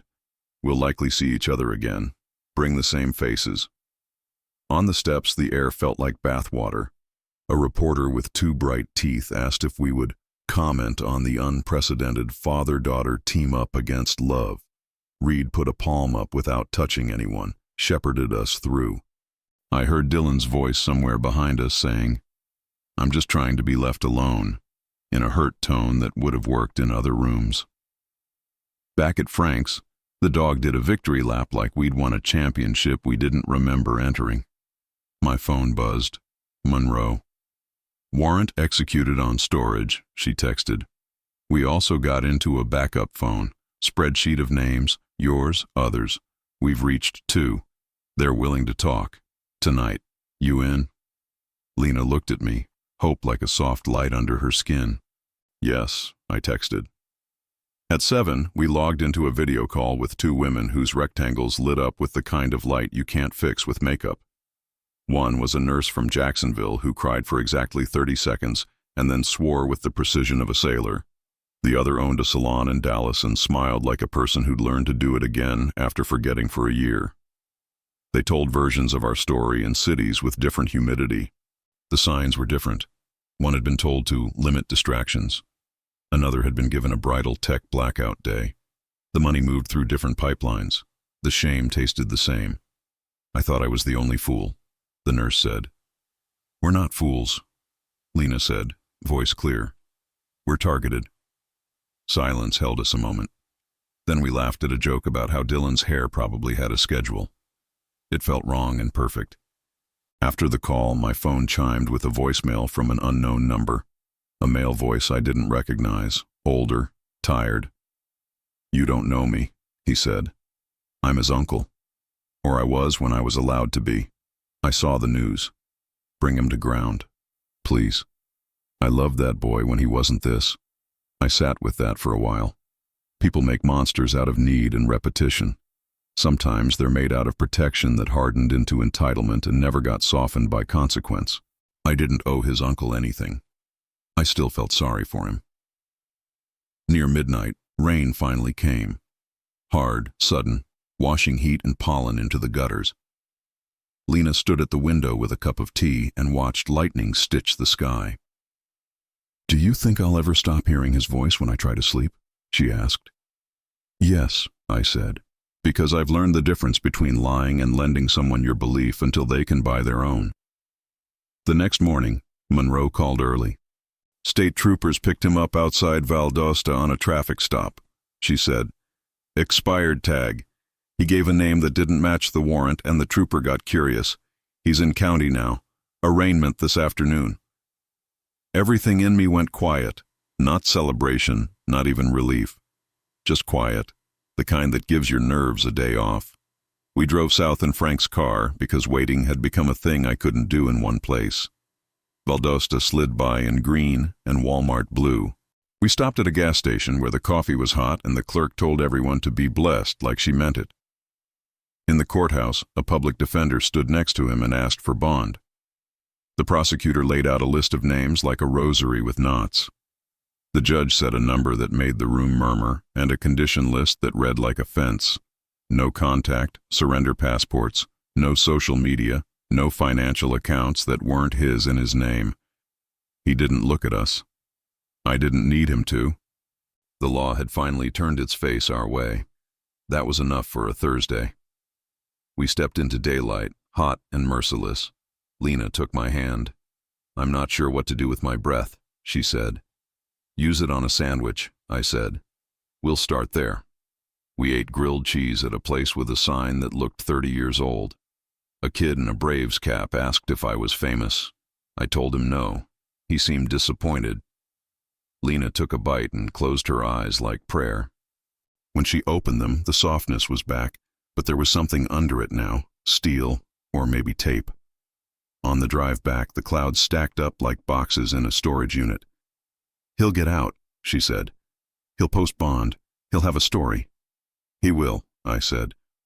"And we'll have ours, with names and dates and vendors and a detective who types faster than fear." We crossed back into Atlanta while the sun threw a last tantrum before bed. I felt something ease in my chest. Not victory. The permission to imagine a day where my daughter's name shows up on my phone and my first feeling is joy, not dread. I held on to that picture like a handle. I planned to keep holding it. Bond hearings don't sound like gongs. They sound like paper. The thunk of a stamp. The whisper of signatures. By the time we drove back up I-75, the quiet in me wasn't triumph. It was the sort of silence you get after a tornado takes the roof but leaves the walls. You're grateful. You're exposed. Monroe called before we reached the city line. "He posted," she said. "Ankle monitor. No contact. Geographic exclusion around your hotel, Lena's place, the Biltmore, and my office because I'm not interested in surprise visitors." "Copy," I said. "We'll stay boring." "Good," she said. "And practical. Brace for the long game. He'll move money, move stories, move faces. We starve each of those." The Hilton's hallway carpet had that casino pattern that makes time feel like a suggestion. In our room, the AC rattled like it wanted to be a train. I set Elaine's photo back on the desk where the light made her laugh lines into maps. "We're not done," I told her, "but we're moving." An email arrived while I was making bad coffee. Subject: a letter from a good man maligned. It was a Medium post, not from him, but from a former colleague, polished within an inch of its soul. It praised his vision and generosity, framed him as a threat to entrenched interests, used phrases like witch hunt and controlling father like someone had harvested them from a comments section and arranged them into a bouquet. Lena read over my shoulder. "He's not contacting me," she said. "He's contacting the air around me." "Then we thicken the air," I said, forwarding the link to Monroe and to Anthony Reed with a subject line that read, "PR Gambit."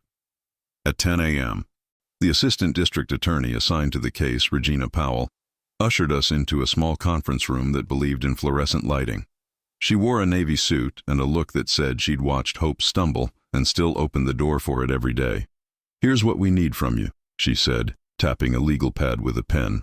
"A clean timeline with receipts, voicemails preserved, texts exported, Venmo, PayPal, Zelle histories, anything in handwriting, his or yours. We will run a forensic accountant through it. We do not chase vibes. We build boxes and fit crimes inside them." She slid 2 forms toward us. "Victim impact statements," she said. "Not for today. For later, when bond is revisited or when we talk plea. Do not dramatize. Do not downplay. Tell me what was taken, and tell me where the taking ended and the living got smaller." Lena nodded, her jaw a small promise. I signed consent to share my call logs and the hotel's footage. The pen felt heavier than it should. Elaine used to say, "Paper is how you turn fog into something you can climb." Powell looked at me. "You're practical," she said. "Can I deputize you for something not official?" "Try me." Vendors, she said. They're going to get squeezed. They're going to panic. Our office can't pay them. A judge might order restitution someday, but someday doesn't buy gas. If you can keep them from burning bridges or posting client names out of anger, you're doing my future case a favor. I knew that tone and the people behind it, the ones who turn a day's labor into a thin margin and then get told to smile. I texted Janice from the Biltmore. Can you pull whoever you can into a quick huddle? I asked. Back room. I'll bring carbs and a detective in spirit. At noon, 7 people stood around a table with a tub of Publix cookies and a bag of coffee I hadn't ground right. Janice, the florist in the black jumpsuit, the DJ whose contract had more emojis than terms, a baker who looked like a linebacker and said, "Sir," the way Ohio men say, "Bless your heart." I told them the truth. We didn't know when money would fall out of the legal sky. We did know we'd do everything to keep them from getting caught under it. Hold invoices 30 days, I said. Send me written statements of what's owed and what you've lost. No Facebook posts, no subtweeting. Detective Powell will send you an official notice of an active investigation so you have something to wave if your accountant screams. The florist lifted a hand. I can eat some loss if I keep the vases, she said. Those were rentals, and I get to watch him try to buy peonies in August with a frozen card. We laughed, small and mean, and it felt like medicine. Lena stood. I'm so sorry, she said simply. I thought I was paying for a party. I didn't know I was buying evidence. We know, Janice said. Girl, we know. Back at the hotel, my phone spat a fraud alert. New application for a line of credit, Charlotte, NC. Another ping. Attempted lease application, Jacksonville. The names were mine, the addresses weren't. I froze. Literally. Credit reports, banks, the old student loan I'd paid off 15 years ago and then forgotten to lock down. Don't touch the applications, Powell said when I called. Screenshot, send to me, add them to the bundle. He'll claim he never, save me the rest of that sentence. We know the move.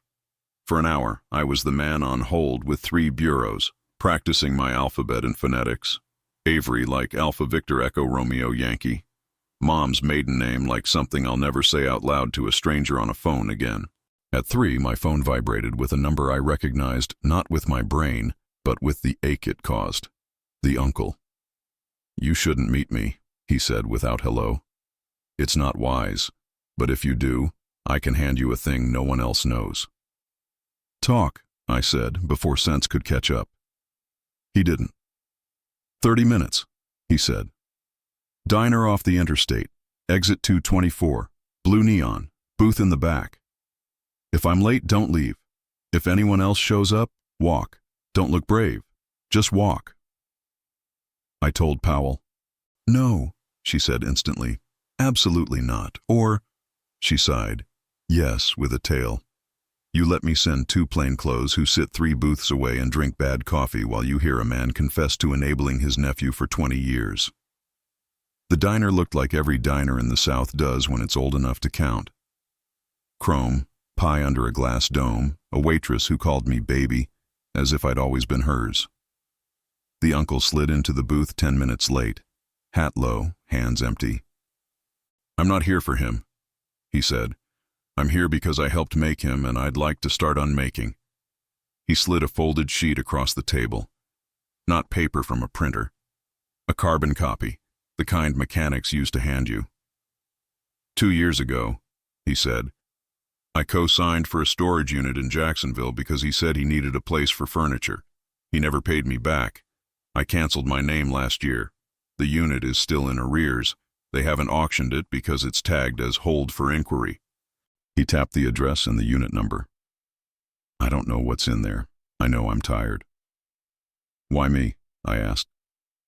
Because you did the thing I didn't, he said, eyes wet. You said no. He stood, nodded once at the empty coffee cup, left without waiting for absolution. 2 booths back, a man with a newspaper folded the corner and watched him go. I texted Powell the address before the uncle's tail lights left the lot. On it, she wrote. Florida's a different animal, but we'll find a friend to bite.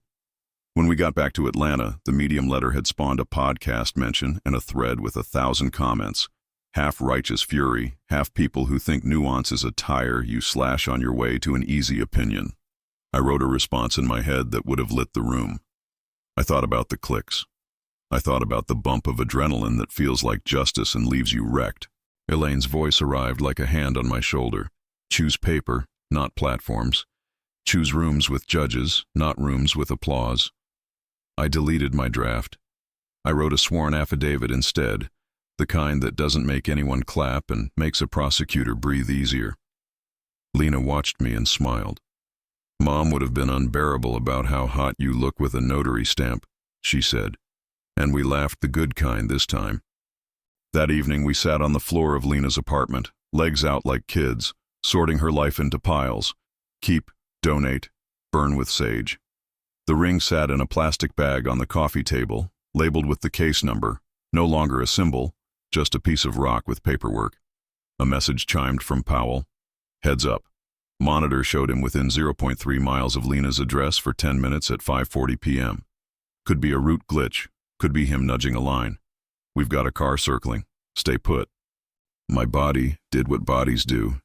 It hummed, low and primal, ready to throw itself between the door and the person it loves. Lena's eyes flicked to the peephole. The hallway's silence grew teeth. I called Frank. Tell me a story, I said. He didn't ask why. He launched into a ridiculous retelling of our disastrous family beach trip to Myrtle Beach when Lena was 9, and I tried to pretend the ocean was a lake with better PR. He did the voices. He did Elaine's sigh. He did Lena's seagull impression that used to make me snort iced tea out my nose. We breathed again. At 7:12, Powell texted, "False alarm, path anomaly." He cut through a service road to avoid traffic. Exclusion perimeter didn't flag as violation. But he's circling with his life. Stay sharp. We stayed sharp. We ate leftover barbecue and watched people on TV renovate kitchens in 42 minutes. At 10, I lay on the sofa and stared at the ceiling texture like it might teach me Morse code. At midnight, Lena padded out in socks, hair up, face clean. "You know what Mom would do?" she asked. "She'd bring muffins to the courthouse, for the clerks." "Humans defend the people who feed them," I said. "Then let's be human," she said. We baked at 1 a.m. in a kitchen that still had his handwriting on the whiteboard. My daughter's life reduced to recipes and passwords that had been cleaned up and weaponized. Flour dusted the counter like first snow. We put blueberries in paper cups and tried not to cry into batter. The next morning, we carried a Tupperware of muffins through the metal detector like a peace offering to a building.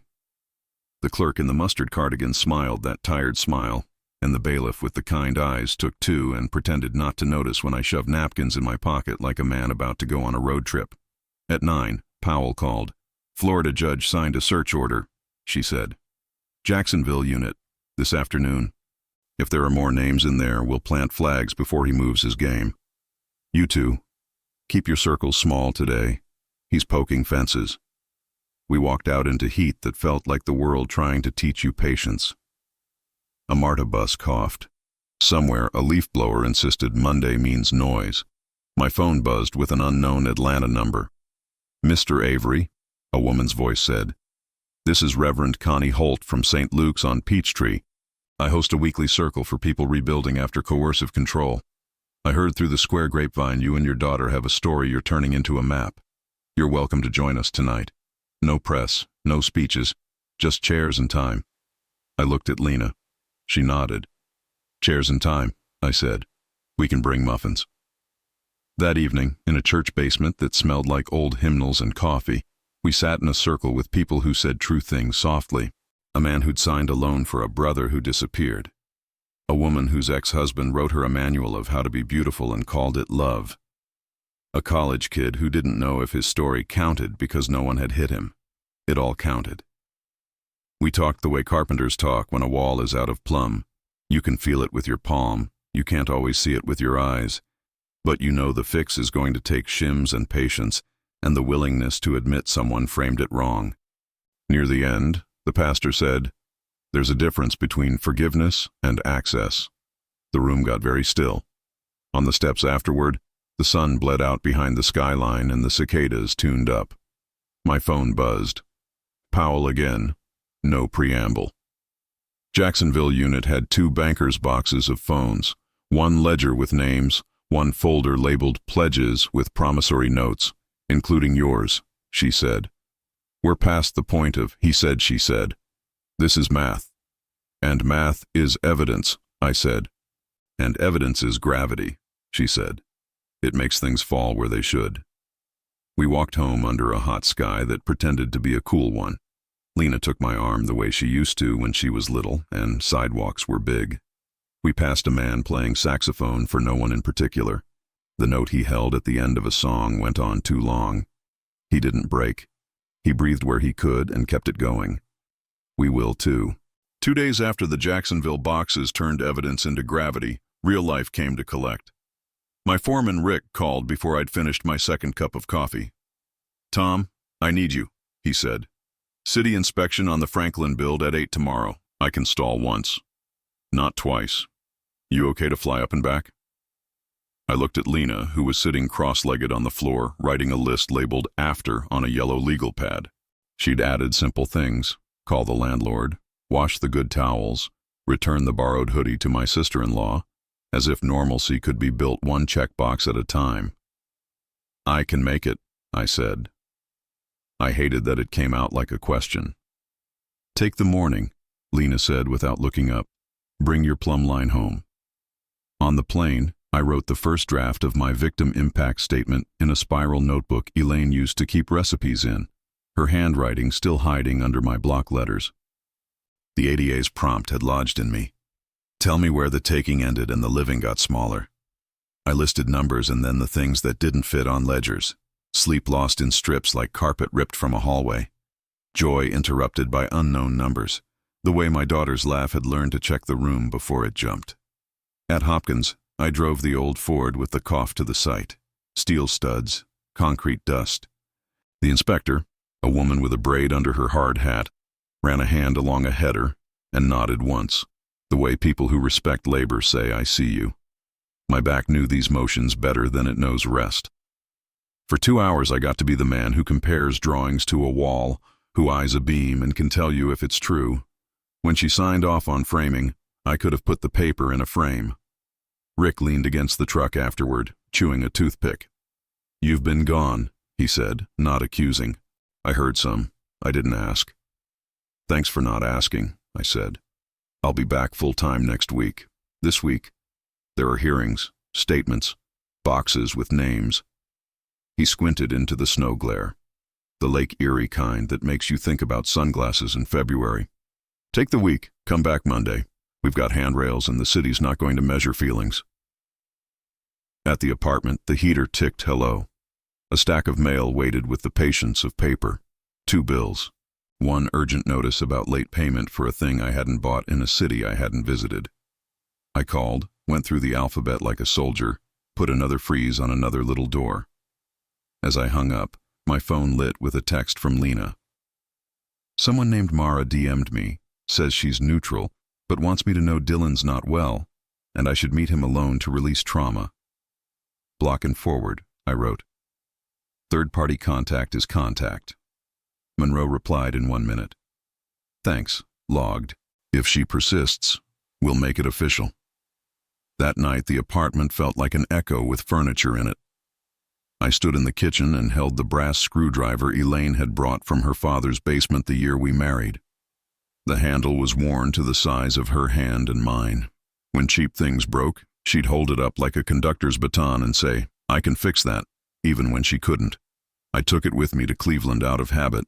For the first time since I'd left Atlanta, I felt steadied. At 3 a.m., sleep ended its truce. I dreamed I was back at the Biltmore looking at my own face on a sign that said, no entry, except now the sign hung on my apartment door, and every time I tried to key in, the deadbolt laughed. The next morning, Powell's email greeted me before the coffee did. Grand jury convenes Friday. Subpoenas going out today. If you can make it, your testimony will help. I texted Rick an apology and booked a return ticket.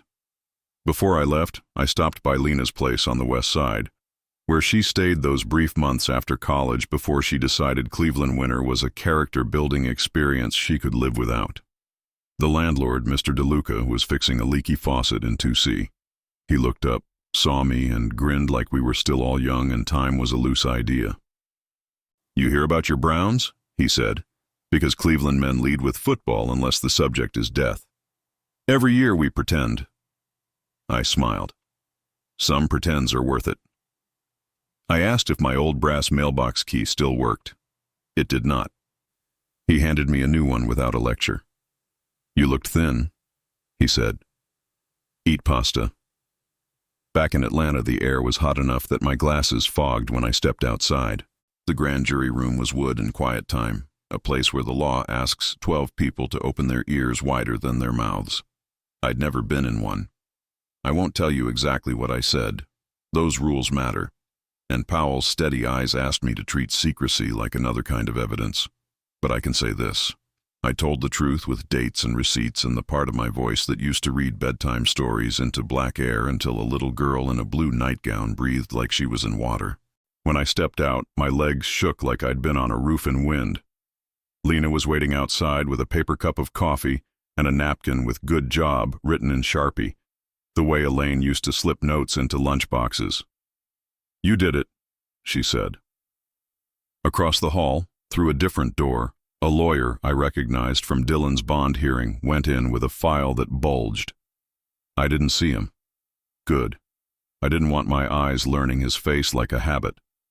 We went back to Frank's to catch our breath. The dog presented me with the same tennis ball he had presented the day before, devotion becoming comedy. My phone buzzed. A PDF from an unfamiliar Florida firm. Notice of Chapter 13. Filing debtor, Dylan W. The email said words like automatic stay and schedules to be filed and courtesy notice to interested parties. It was addressed to vendors, creditors, and apparently, me. I sent it to Powell. She called. "This doesn't touch us," she said.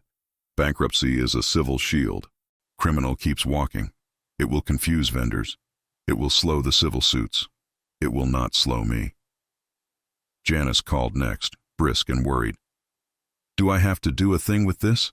she asked, reading the word stay like it had teeth. "File a proof of claim," I said, echoing Powell's advice. "And breathe. This is noise he paid a lawyer to make."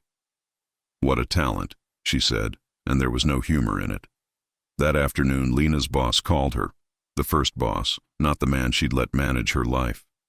She works in design, in the part where idea meets budget and has to shake hands. "Take the week," her boss said. "We're moving a client presentation to Monday. I want you on it, if you can be. If not, you're still my favorite person who knows the difference between cream and ivory under a fluorescent light." After they hung up, Lena sagged like a person who'd been holding a pose too long. "I thought they'd fire me," she said. "I thought I'd lost the right to be useful." "Usefulness is a right you keep," I said. "You didn't give it away. He borrowed it and tried to pawn it. At dusk, we went to her place with a bag of new deadbolts and a real plan. I took out the old lock and replaced it with a better one, the brass screwdriver doing its small, faithful work. We added a bar to the patio slider and a stick in the track because sometimes old tricks are as good as new tech." Lena labeled keys. We tested the peephole, the chain, the way the door kissed the jamb. While I tinkered, Lena called the ring store. "It was bought on a card that wasn't his," she told the woman on the phone. "It's in police custody. We can't return it as defect. We can return it as evidence. I can't have it be part of my life anymore." The woman, a stranger somewhere under the same heat, made her voice a cushion. "We'll put a note in your file," she said. "When the case clears, whatever cleared means, you come in and we'll make the story stop at our door." I stood there trying not to cry over a jewelry clerk's kindness. "She's one of your people," Elaine would have said later. "The ones who keep the world anchored." We ate takeout at her coffee table and watched the news scroll through other people's crises until our eyelids said mercy. At midnight, my phone buzzed with a text from Powell. "Grand jury true billed on multiple counts. Fraud, identity theft, theft by deception. He'll be arraigned on the new charges next week. It moves." I wrote back, "Thank you," and understood for the first time why people bring muffins to courthouses. It's not gratitude exactly. It's a way to put butter and sugar between you and a machine that eats hours. The next day, Lena had her first work meeting since the implosion. She wore a dress that looked like she'd ironed calm into it. I watched her leave and fought the urge to follow her to the elevator like we were a pairing now. She texted me a photo at 11:03, a whiteboard with boxes and arrows. "I remembered how to talk," she wrote, "and how to make other—" In the afternoon, the defamation suit arrived like a storm out of a clear inbox, filed in Texas, naming Lena and me, claiming we'd embarked on a malicious campaign to destroy a man's reputation. Anthony Reed called before we had time to Google the docket. "We'll remove it to the proper venue," he said. "We'll file an anti-slap motion. It's nuisance law. He's trying to drain you with paper." "Paper," I said, looking at Elaine's photo. We fight that night. When the air finally let go of some heat, we went for a walk around the block. The neighborhood smelled like cut grass and someone else's dinner. A kid went by on a scooter, trailing one shoe like a rudder. He looked at us, at the space between us, and said, "You look like my mom and Pop-Pop." Lena smiled like she'd been given a medal. On the stoop, she asked, "Do you want me to come back to Cleveland with you? Just for a while?" "Yes, I want you at the kitchen table in the chair Elaine always used, and your mug on the counter, and your shoes by the door. Yes, I want the house to sound like the house again, but the better part of my love knows its place." "Stay," I said. "Your work is here, your therapist is here, the detective who knows your coffee order is here. I'm a flight away." I handed her the brass screwdriver. "And this is here." She took, "I'll keep it in the drawer with the batteries and Band-Aids," she said, "where the serious things live." 2 mornings later, we sat in the back row of a courtroom while Dylan stood with his lawyer and entered pleas with the flat voice of a man who knows the ritual. Not guilty, not guilty, not guilty. The judge set dates. The clerk said times as if they were recipes. He never turned. When the bailiff called the next case, we walked out into a hallway that smelled like burned coffee and floor polish. On the steps, a middle-aged woman approached with caution, as if we were deer. Are you Lena?" she asked. Lena nodded. "My niece." The woman swallowed. We think, he used another name, but it's him. I didn't know who to call. I saw your name in a story and—" "We'll walk you to Powell's office," I said. "She'll know which door to open." The woman cried into my daughter's shoulder in the waiting room. Lena held her like someone who knows both ends of a broken loop. That evening, back at Frank's, the sky cracked itself into rain. I stood under the awning and watched water turn the driveway into a mirror. My phone vibrated with a bank notification. Charge attempted, online retailer, declined. I took a picture of the screen and sent it to Powell. "Thanks," she wrote. "Keep the rope tight." I slept heavy. When I woke, the dog was snoring and the house smelled like coffee and something warming in the oven. Frank slid me a plate, eggs, toast, sliced peaches like sun on a plate. "You've got color again," he said. "Maybe that's butter," I said. He grinned. "Then butter is justice." Before I left for the airport, Lena handed me a folded sheet of paper. "It's Mom's muffin recipe," she said. She had a note at the bottom I never noticed. "If they crack on top, don't worry. She laughed, a small, unbroken sound. I think she meant me. At the gate, I read her note twice, and the victim impact statement once more. I added 2 sentences about the poster at the Biltmore, how public humiliation is its own kind of theft, how you spend months getting your name back from a sign you never consented to. Then I closed the notebook, tucked Elaine's photo into the front pocket, and let the boarding call pull me forward. On the plane, I finally slept. When the wheels hit Cleveland, the jolt felt like a promise.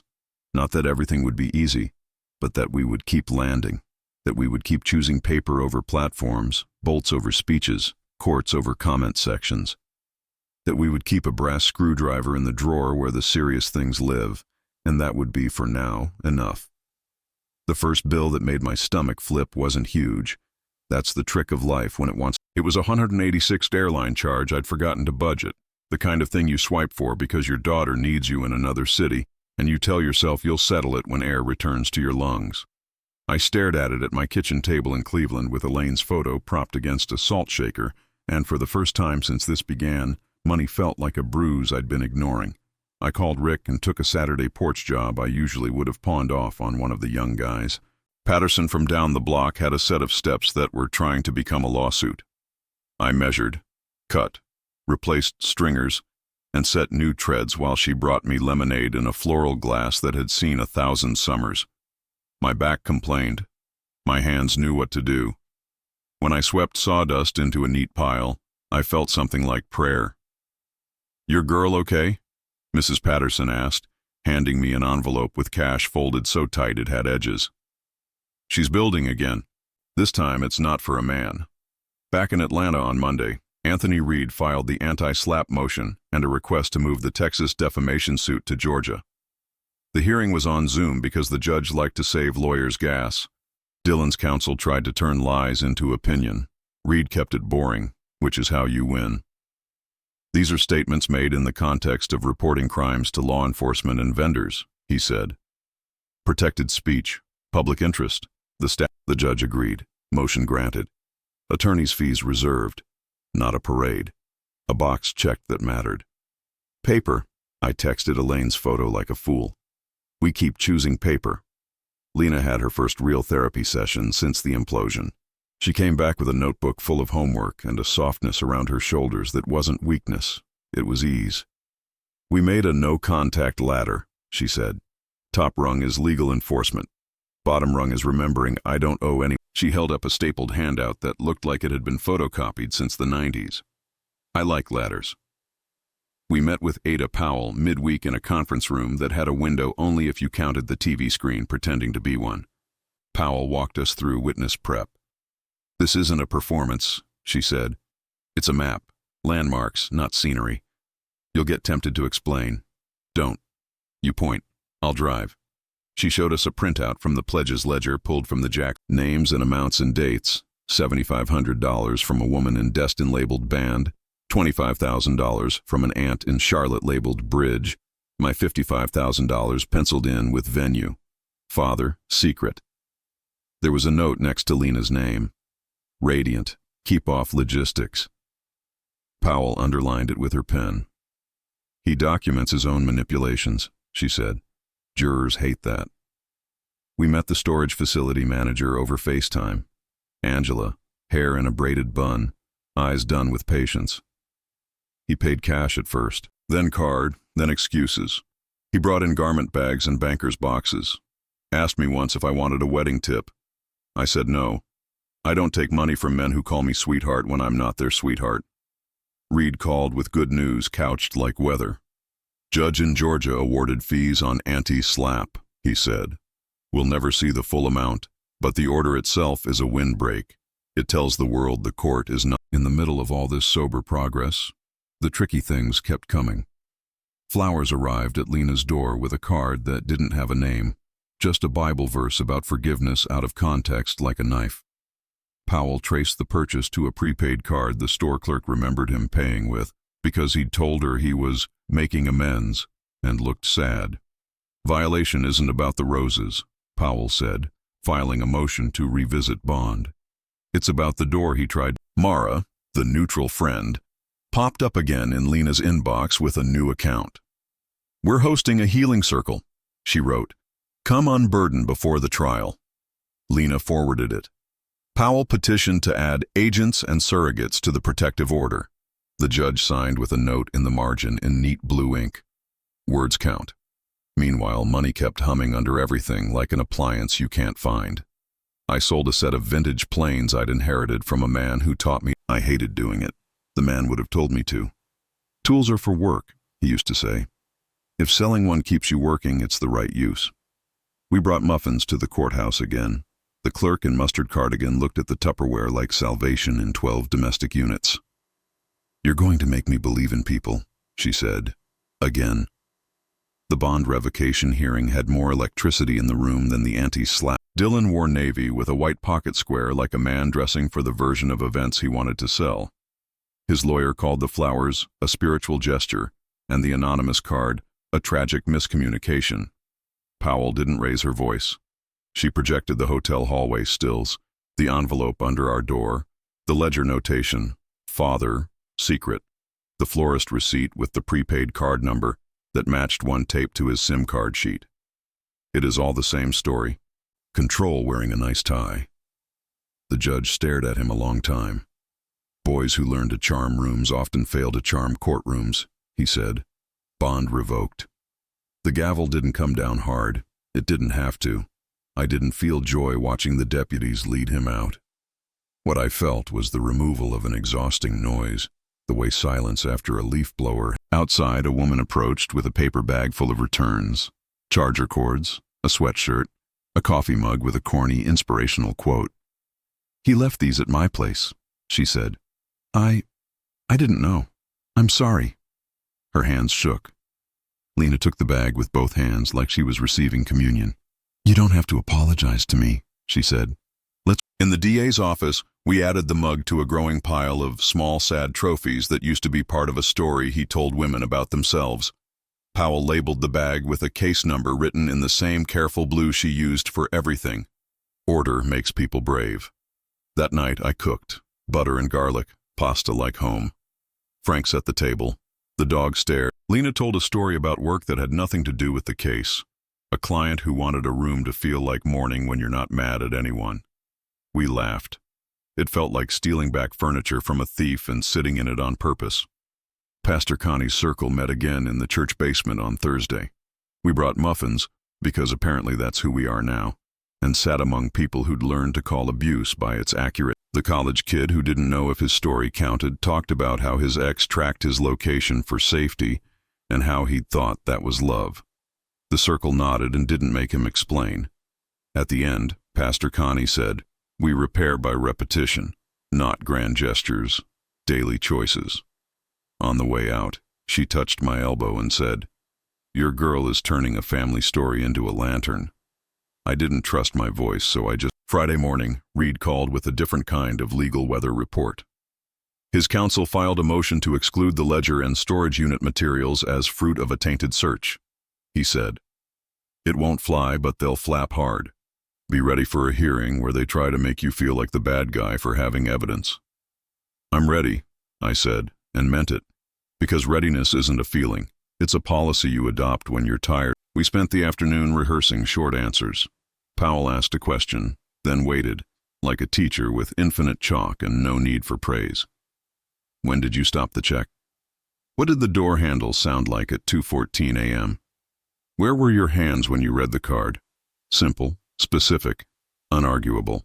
That evening, a letter arrived addressed to me, and inside, an affidavit from the uncle, witness to a childhood full of bright talk and no consequences. A man who paid parking tickets and once took a ring back to a jeweler with a lie he didn't want to remember. "I am sorry," it ended. "I believed I was protecting a boy. I was training a man." I sent it to Powell. She wrote back, "Humanity helps more than you think. Jurors don't hate villains, they hate smugness. Remorse from a third party paints the night before the evidentiary hearing, sleep came like it owed me money. I woke at 3:29 to the sound of rain that wasn't real, just the AC purring, and a text from Janice at the Biltmore, a photo of a ballroom set for someone else's wedding. White linens, taller flowers, no posters. "We're back," she wrote, "and the bride's mother is smiling with her whole face." I smiled into the dark. It's a strange kind of justice, but sometimes the world's quiet successes are the... In the morning, I put on the same suit I'd worn on the worst day, and it didn't feel cursed anymore. In court, his lawyer spun and spun. Powell laid exhibits in numbered stacks, each with a label that could have been a lullaby if lullabies were printed on legal paper. The judge listened, fingers templed. When he finally spoke, he didn't make a speech. "Motion denied," he said. "The search was lawful, the warrant valid, the items relevant. The ledger comes in, the promissory note templates come in. We will try this case with what is true, not with what is convenient." In the hallway, the building exhaled. Mona from the florist brushed past, squeezed Lena's arm once and whispered, "When this is over, come by. I owe you peonies. In season, this time." We walked out into a day that had the audacity to be beautiful. Sun on glass, Kids on field trips. Somewhere, someone burned toast and swore, and it made me want to cry from gratitude for ordinary failures. Trial date will land soon, Powell said, catching up to us, flipping her calendar with ink-stained fingers. Between now and then, eat, sleep, work. Tell small truths to each other so the big ones come easy on the stand. Lena hooked her arm through mine. You hear that? She said. Doctor's orders. I did. The morning the jury pool lined up, the courthouse felt like a ship before weather. Polite, humming, everything lashed down. Coffee steamed in paper cups. Shoes whispered on waxed floors. On a bench under a portrait of a judge who looked like he'd never laughed, I sat with Lena and counted ceiling tiles until counting became a way not to think. Ada Regina Powell handed us a single sheet. Voir dire highlights, she said. We're asking. Defense will ask about fathers in control. Nobody wins jury selection. We just take people as they are. In the courtroom, 30 faces became a mirror.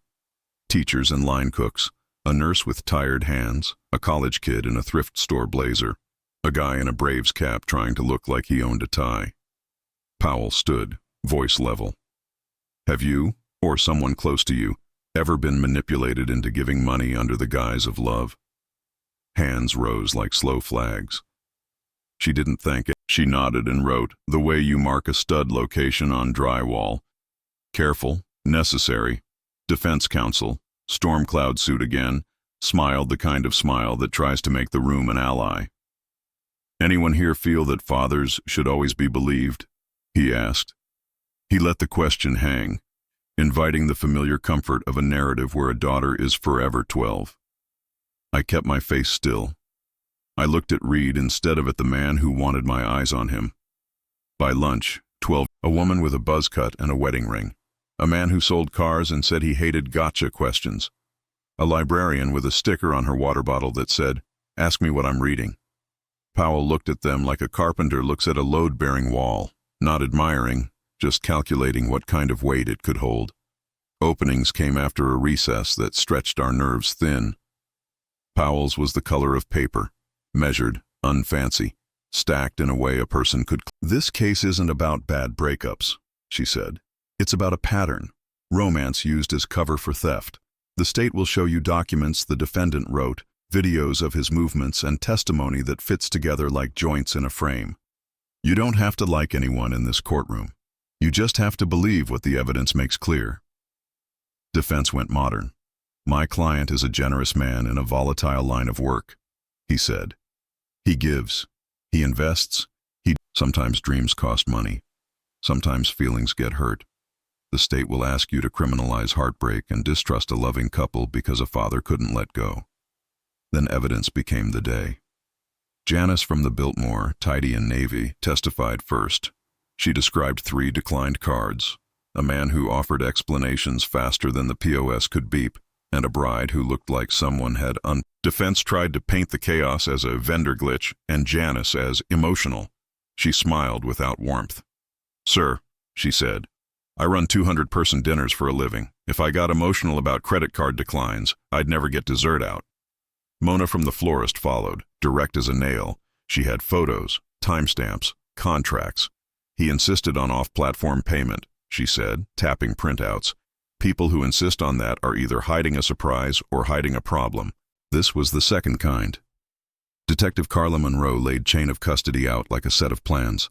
Storage unit, warrant, hard drives, SIM cards. She pointed to the ledger on the projector, pledges, and read entries the way you say a recorded deed. Clear, without drama. My name. Amount. Father. Secret. The note by Lena's name. Radiant. Keep off logistics. Hung in the air like something Defense objected to every other breath. The judge let the air out of each objection with a small flick of fingers. Then Lena took the stand. She didn't cry. She didn't perform.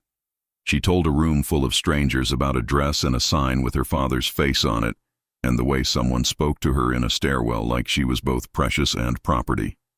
She explained boundary, as it had been wept. She said, I am not the only one.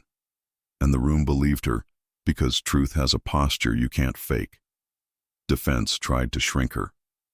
You're an adult, he said. You can say no. I did. she said, and he found new ways to ask. You accepted gifts. I accepted tools of control dressed as generosity. You're angry. I'm accurate. He switched targets.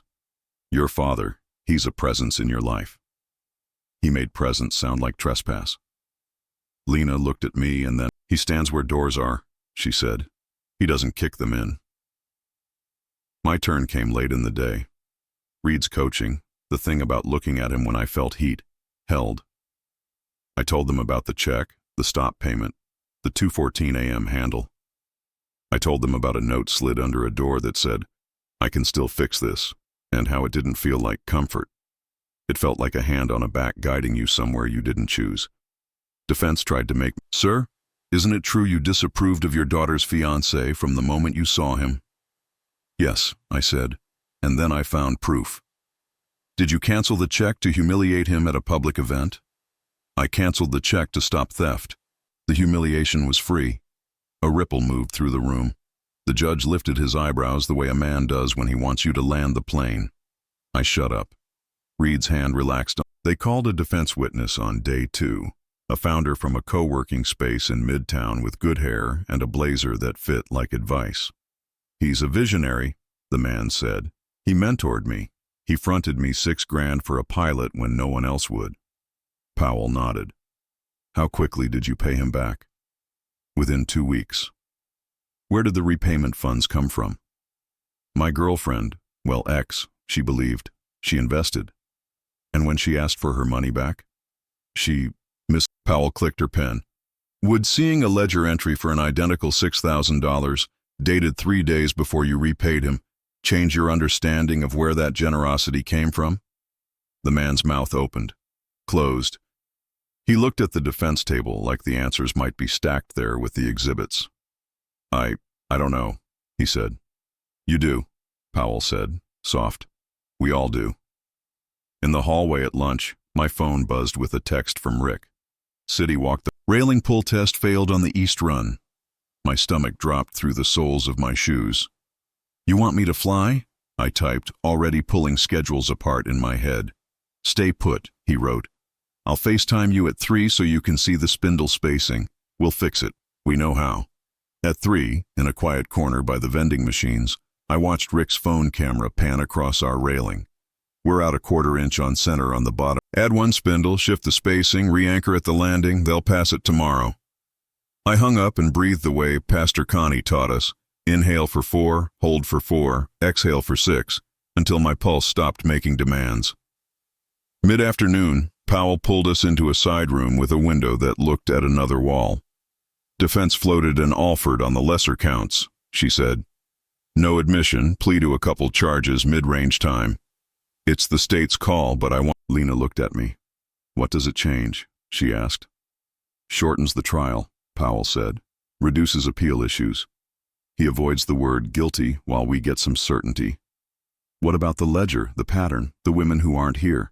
Lena said. They'll still exist, Powell said. I thought about muffins in the courthouse, about women in basements calling coercion by its name, about Janice's lined hands and Mona's vases, about a ledger with my name penciled in like a plan. If we were tired, I'd say yes, I said. We're not tired, not enough to trade clarity for speed. Then we try it, Powell said, like she'd been hoping for that answer but wouldn't have. That night, Pastor Connie texted a photo of a note she'd written for herself. Forgiveness is not access. Below it, a second line. Justice is not revenge. I saved it as my lock screen because sometimes your phone needs to preach when your head is busy. Day 3 was built of experts. A forensic accountant walked the jury through money like a neighborhood. How it left one house and popped up at another wearing. The storage facility manager, Angela, explained arrears and holds and how you know when a unit is being used as a life instead of a locker.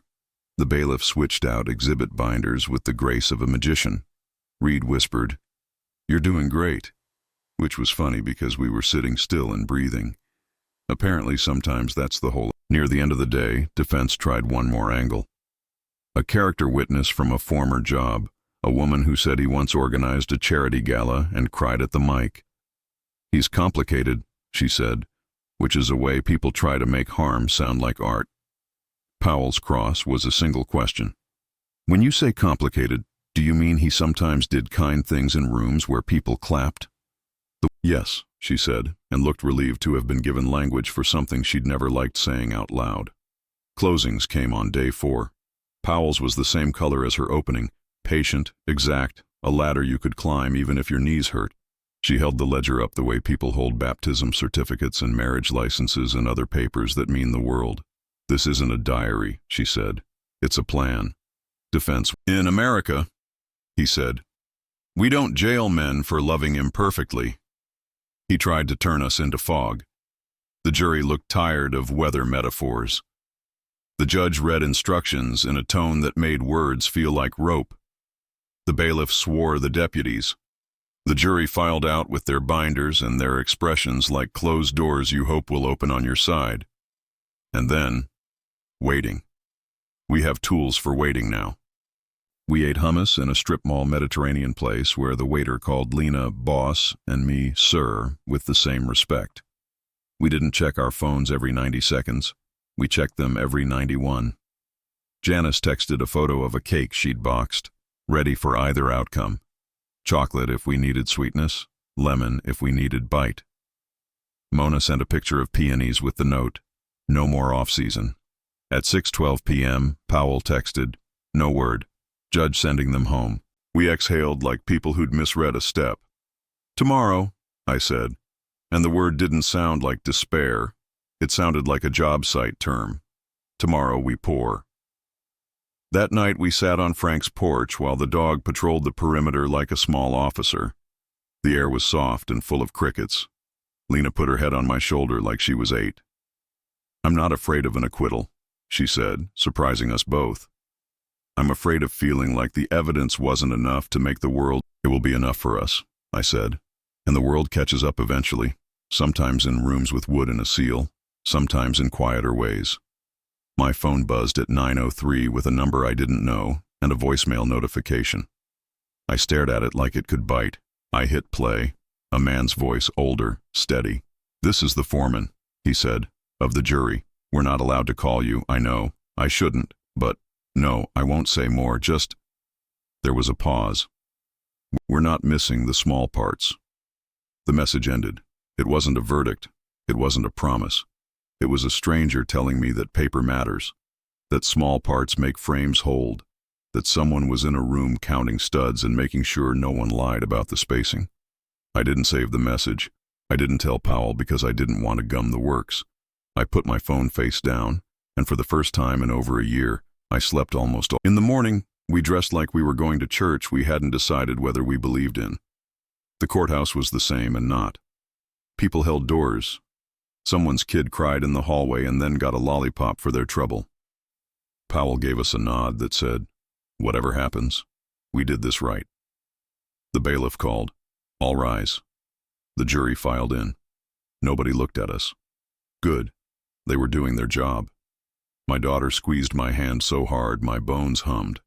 The judge, he looked at it like you look at a text from a doctor you both want and don't want to read. He cleared his throat. And then, the words landed like careful nails. Guilty on count 1, theft by deception. Guilty on count 2, identity fraud. Guilty on count 3, forgery in the first degree. Each count carried its own small gravity, and together they made a planet. I looked at the paper in the clerk's hands because that's been my compass all year. Ink over impulse. Documents over drama. Beside me, Lena squeezed my fingers once. A code we'd invented at some point between stairwells and storage warrants. I'm here. You're here. Keep breathing.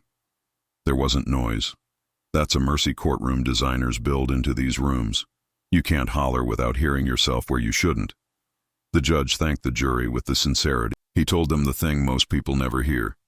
You did something the rest of us couldn't do without you. We filed out. In the hallway, life resumed its ordinary arguments, custody calendars and traffic tickets, and a teenager in a hoodie pretending not to listen to the lecture his public defender was giving him. The vending machine spat a bag of chips onto a metal tray with the clatter of a cheap cymbal. Outside, the sky had the nerve to... Janice texted a photo of a chocolate cake with bad handwriting. You did it, with help. Mona sent a picture of peonies in season like she promised. Pastor Connie sent a single line. Forgiveness is not access. Justice is not revenge. Eat something. We ate hummus out of a tub in Frank's kitchen, and I stood at the sink holding Elaine's photo while the dog leaned warm against my leg. Lena went quiet the way you do when a storm finally leaves and your ear. She held the brass screwdriver in her palm, turning the handle like a rosary. We still have sentencing, she said. We still have restitution that may never arrive, but I think I can sleep. Then we let the law carry its end, I said, and we carry ours. Sentencing took 6 weeks to arrive because courts move like painstaking carpenters, and impatience is not grounds for expedition. In that space, life intruded in its dog. Rick FaceTimed from Cleveland with a railing inspection I could fix by telling him to add 1 spindle and shift the pattern. I flew home a day to walk the Franklin site and stand under joists I had set with the young guys, pressing my palm to wood and feeling the truth travel back. The inspector, a woman with a braid and no time, signed off with a stamp that thumped like a beat. "Nice work," she said. Sometimes the kindest words in the world are the ones that mean your math. Back in Atlanta, the anti-slap fee order came down. Numbers on a page that would never make their way to our account, but mattered anyway. The bankruptcy judge in Florida dismissed his Chapter 13 for bad faith after Powell's office filed a packet thick enough to prop a door.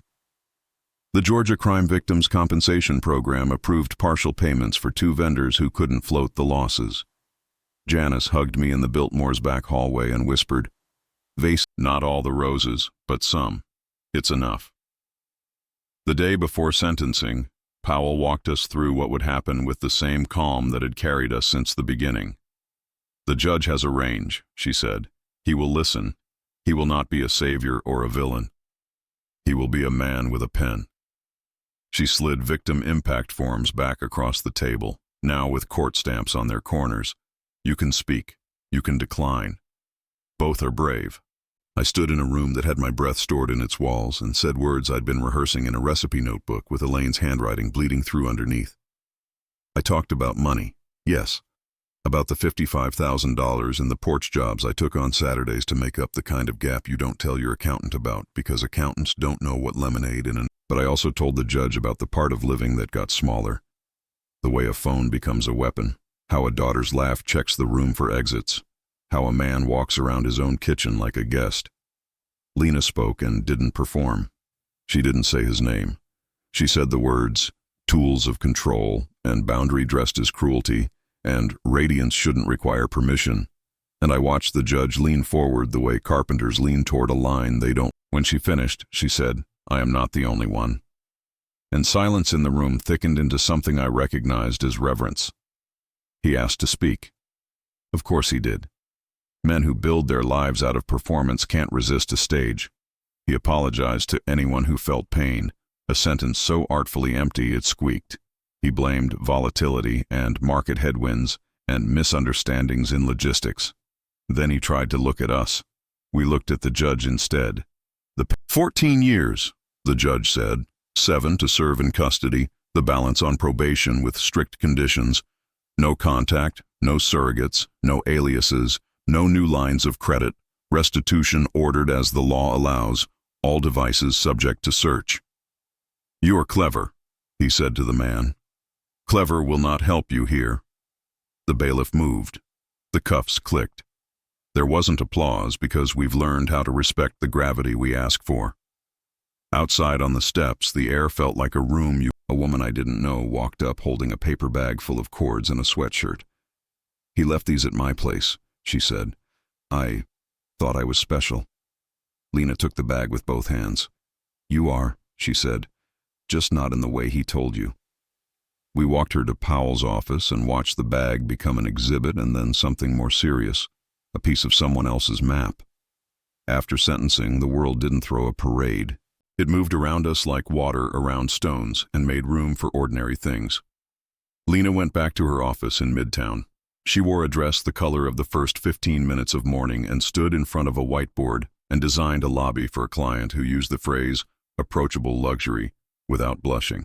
Someone brought donuts. Someone said, "Where should we put the plant?" Lena said, I flew to Cleveland and stood on a roof while the lake pretended to be kind. We passed the final on Franklin. Rick clapped my shoulder. "You were gone," he said, "but you weren't missing." On a Saturday, I rebuilt Mrs. Patterson's back steps because sometimes justice is a tread level under your foot. She paid me in cash and 2 jars of pickles put up in a kitchen that has heard more good gossip. On Sunday, I sat with Elaine's photo and my spiral notebook and wrote out a page of things we did right and things we did late and things we'll do next time before late. At the top, in block letters, I wrote, "Choose paper." Under it, "Choose people." The civil suits consolidated into a tangle that made Anthony Reed sigh and pour more coffee. He handled what he could. He filed the boring motions judges like. He told me when to send statements and when to ignore. The Texas defamation suit died in Georgia with a short order and a neat signature. "Courts are not for tantrums," the judge wrote, which I will frame and hang above my desk as a reminder to every future version of myself. We kept going to Pastor Connie's circle in the church basement that smelled like old hymnals and fresh coffee.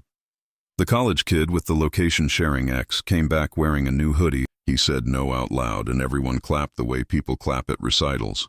Soft, proud, not to scare the performer.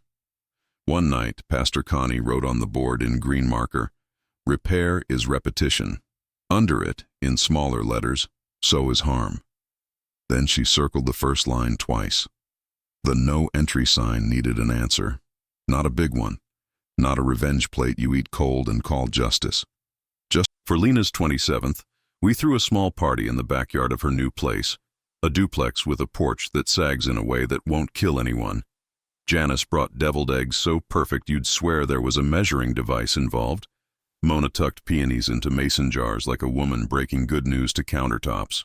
Frank grilled and declared everything done enough, which is how older brother Pastor Connie arrived with an extra coffee urn because she has never trusted life to give us enough caffeine. We put an easel by the gate. On it, a picture. Lena and me on Frank's porch, her head on my shoulder, my eyes a little red, both of us looking like people who have been through a thing and learned how to breathe at the same time. Underneath, in gold paint I tried to keep neat and failed at, we wrote, "Entry required, Dad." People laughed, then looked at me to see it wasn't. It was exactly the right size. We ate cake that cracked down the middle and called it good because Elaine's recipe says cracks mean rise. A neighbor kid tried to teach the dog to shake. Fireflies showed up late and apologized by being perfect. Around 9, a soft summer rain sent us under the porch roof, and the sound of it on the tin felt like a benediction for people who had stood in other rains and gotten cold all. Later, in the quiet of my apartment in Cleveland, I took the stop payment receipt out of my wallet and the little blue note from Powell that said, "Eat, sleep, work." I taped them into Elaine's recipe notebook under the muffin recipe, because this is how I've learned to hold on to things. Not with rage, not with speeches, but with tape and paper, and the knowledge that a tool in a drawer is better than anger on your tongue. Lena calls me now without crisis as the open. She sends photos of chairs that work in rooms and plants that do not. She texts me, "Morning," and I say, "Morning."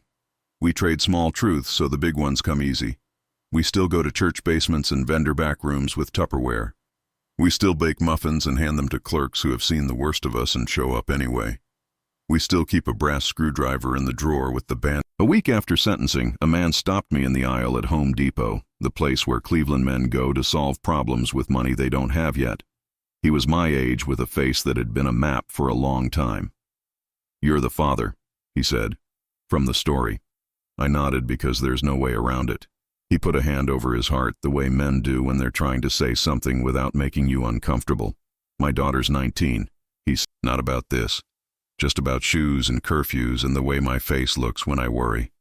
I'm not going to stop worrying, but I'm going to stand where the door is, not on it." He laughed, embarrassed. "It's stupid, I know." "It's a plan," I said. "Plans beat panic." He smiled like someone who'd been given permission to be ordinary. He bought screws. I bought screws. We nodded like carpenters nod when measuring tape clicks. The paper will shuffle itself into new boxes with new numbers. Prosecutors will change offices. Judges will retire. Somewhere there will be a courtroom where a different father says, I had a feeling. And a different daughter says, I am not the only one. And a different man learns that charm is a short-term currency with a long-term debt. But on most days now, my life is not a courtroom. It is a roof that needs a patch and a neighbor who insists her lemonade. It is a daughter who says, Dad, can you FaceTime and tell me if this chair is cream or ivory? It is muffins in a Tupperware walking through a metal detector, and a clerk in a mustard cardigan who says, You again? And smiles like a season. Paper brought us here. People keep us here. And the sign at my daughter's gate says entry required.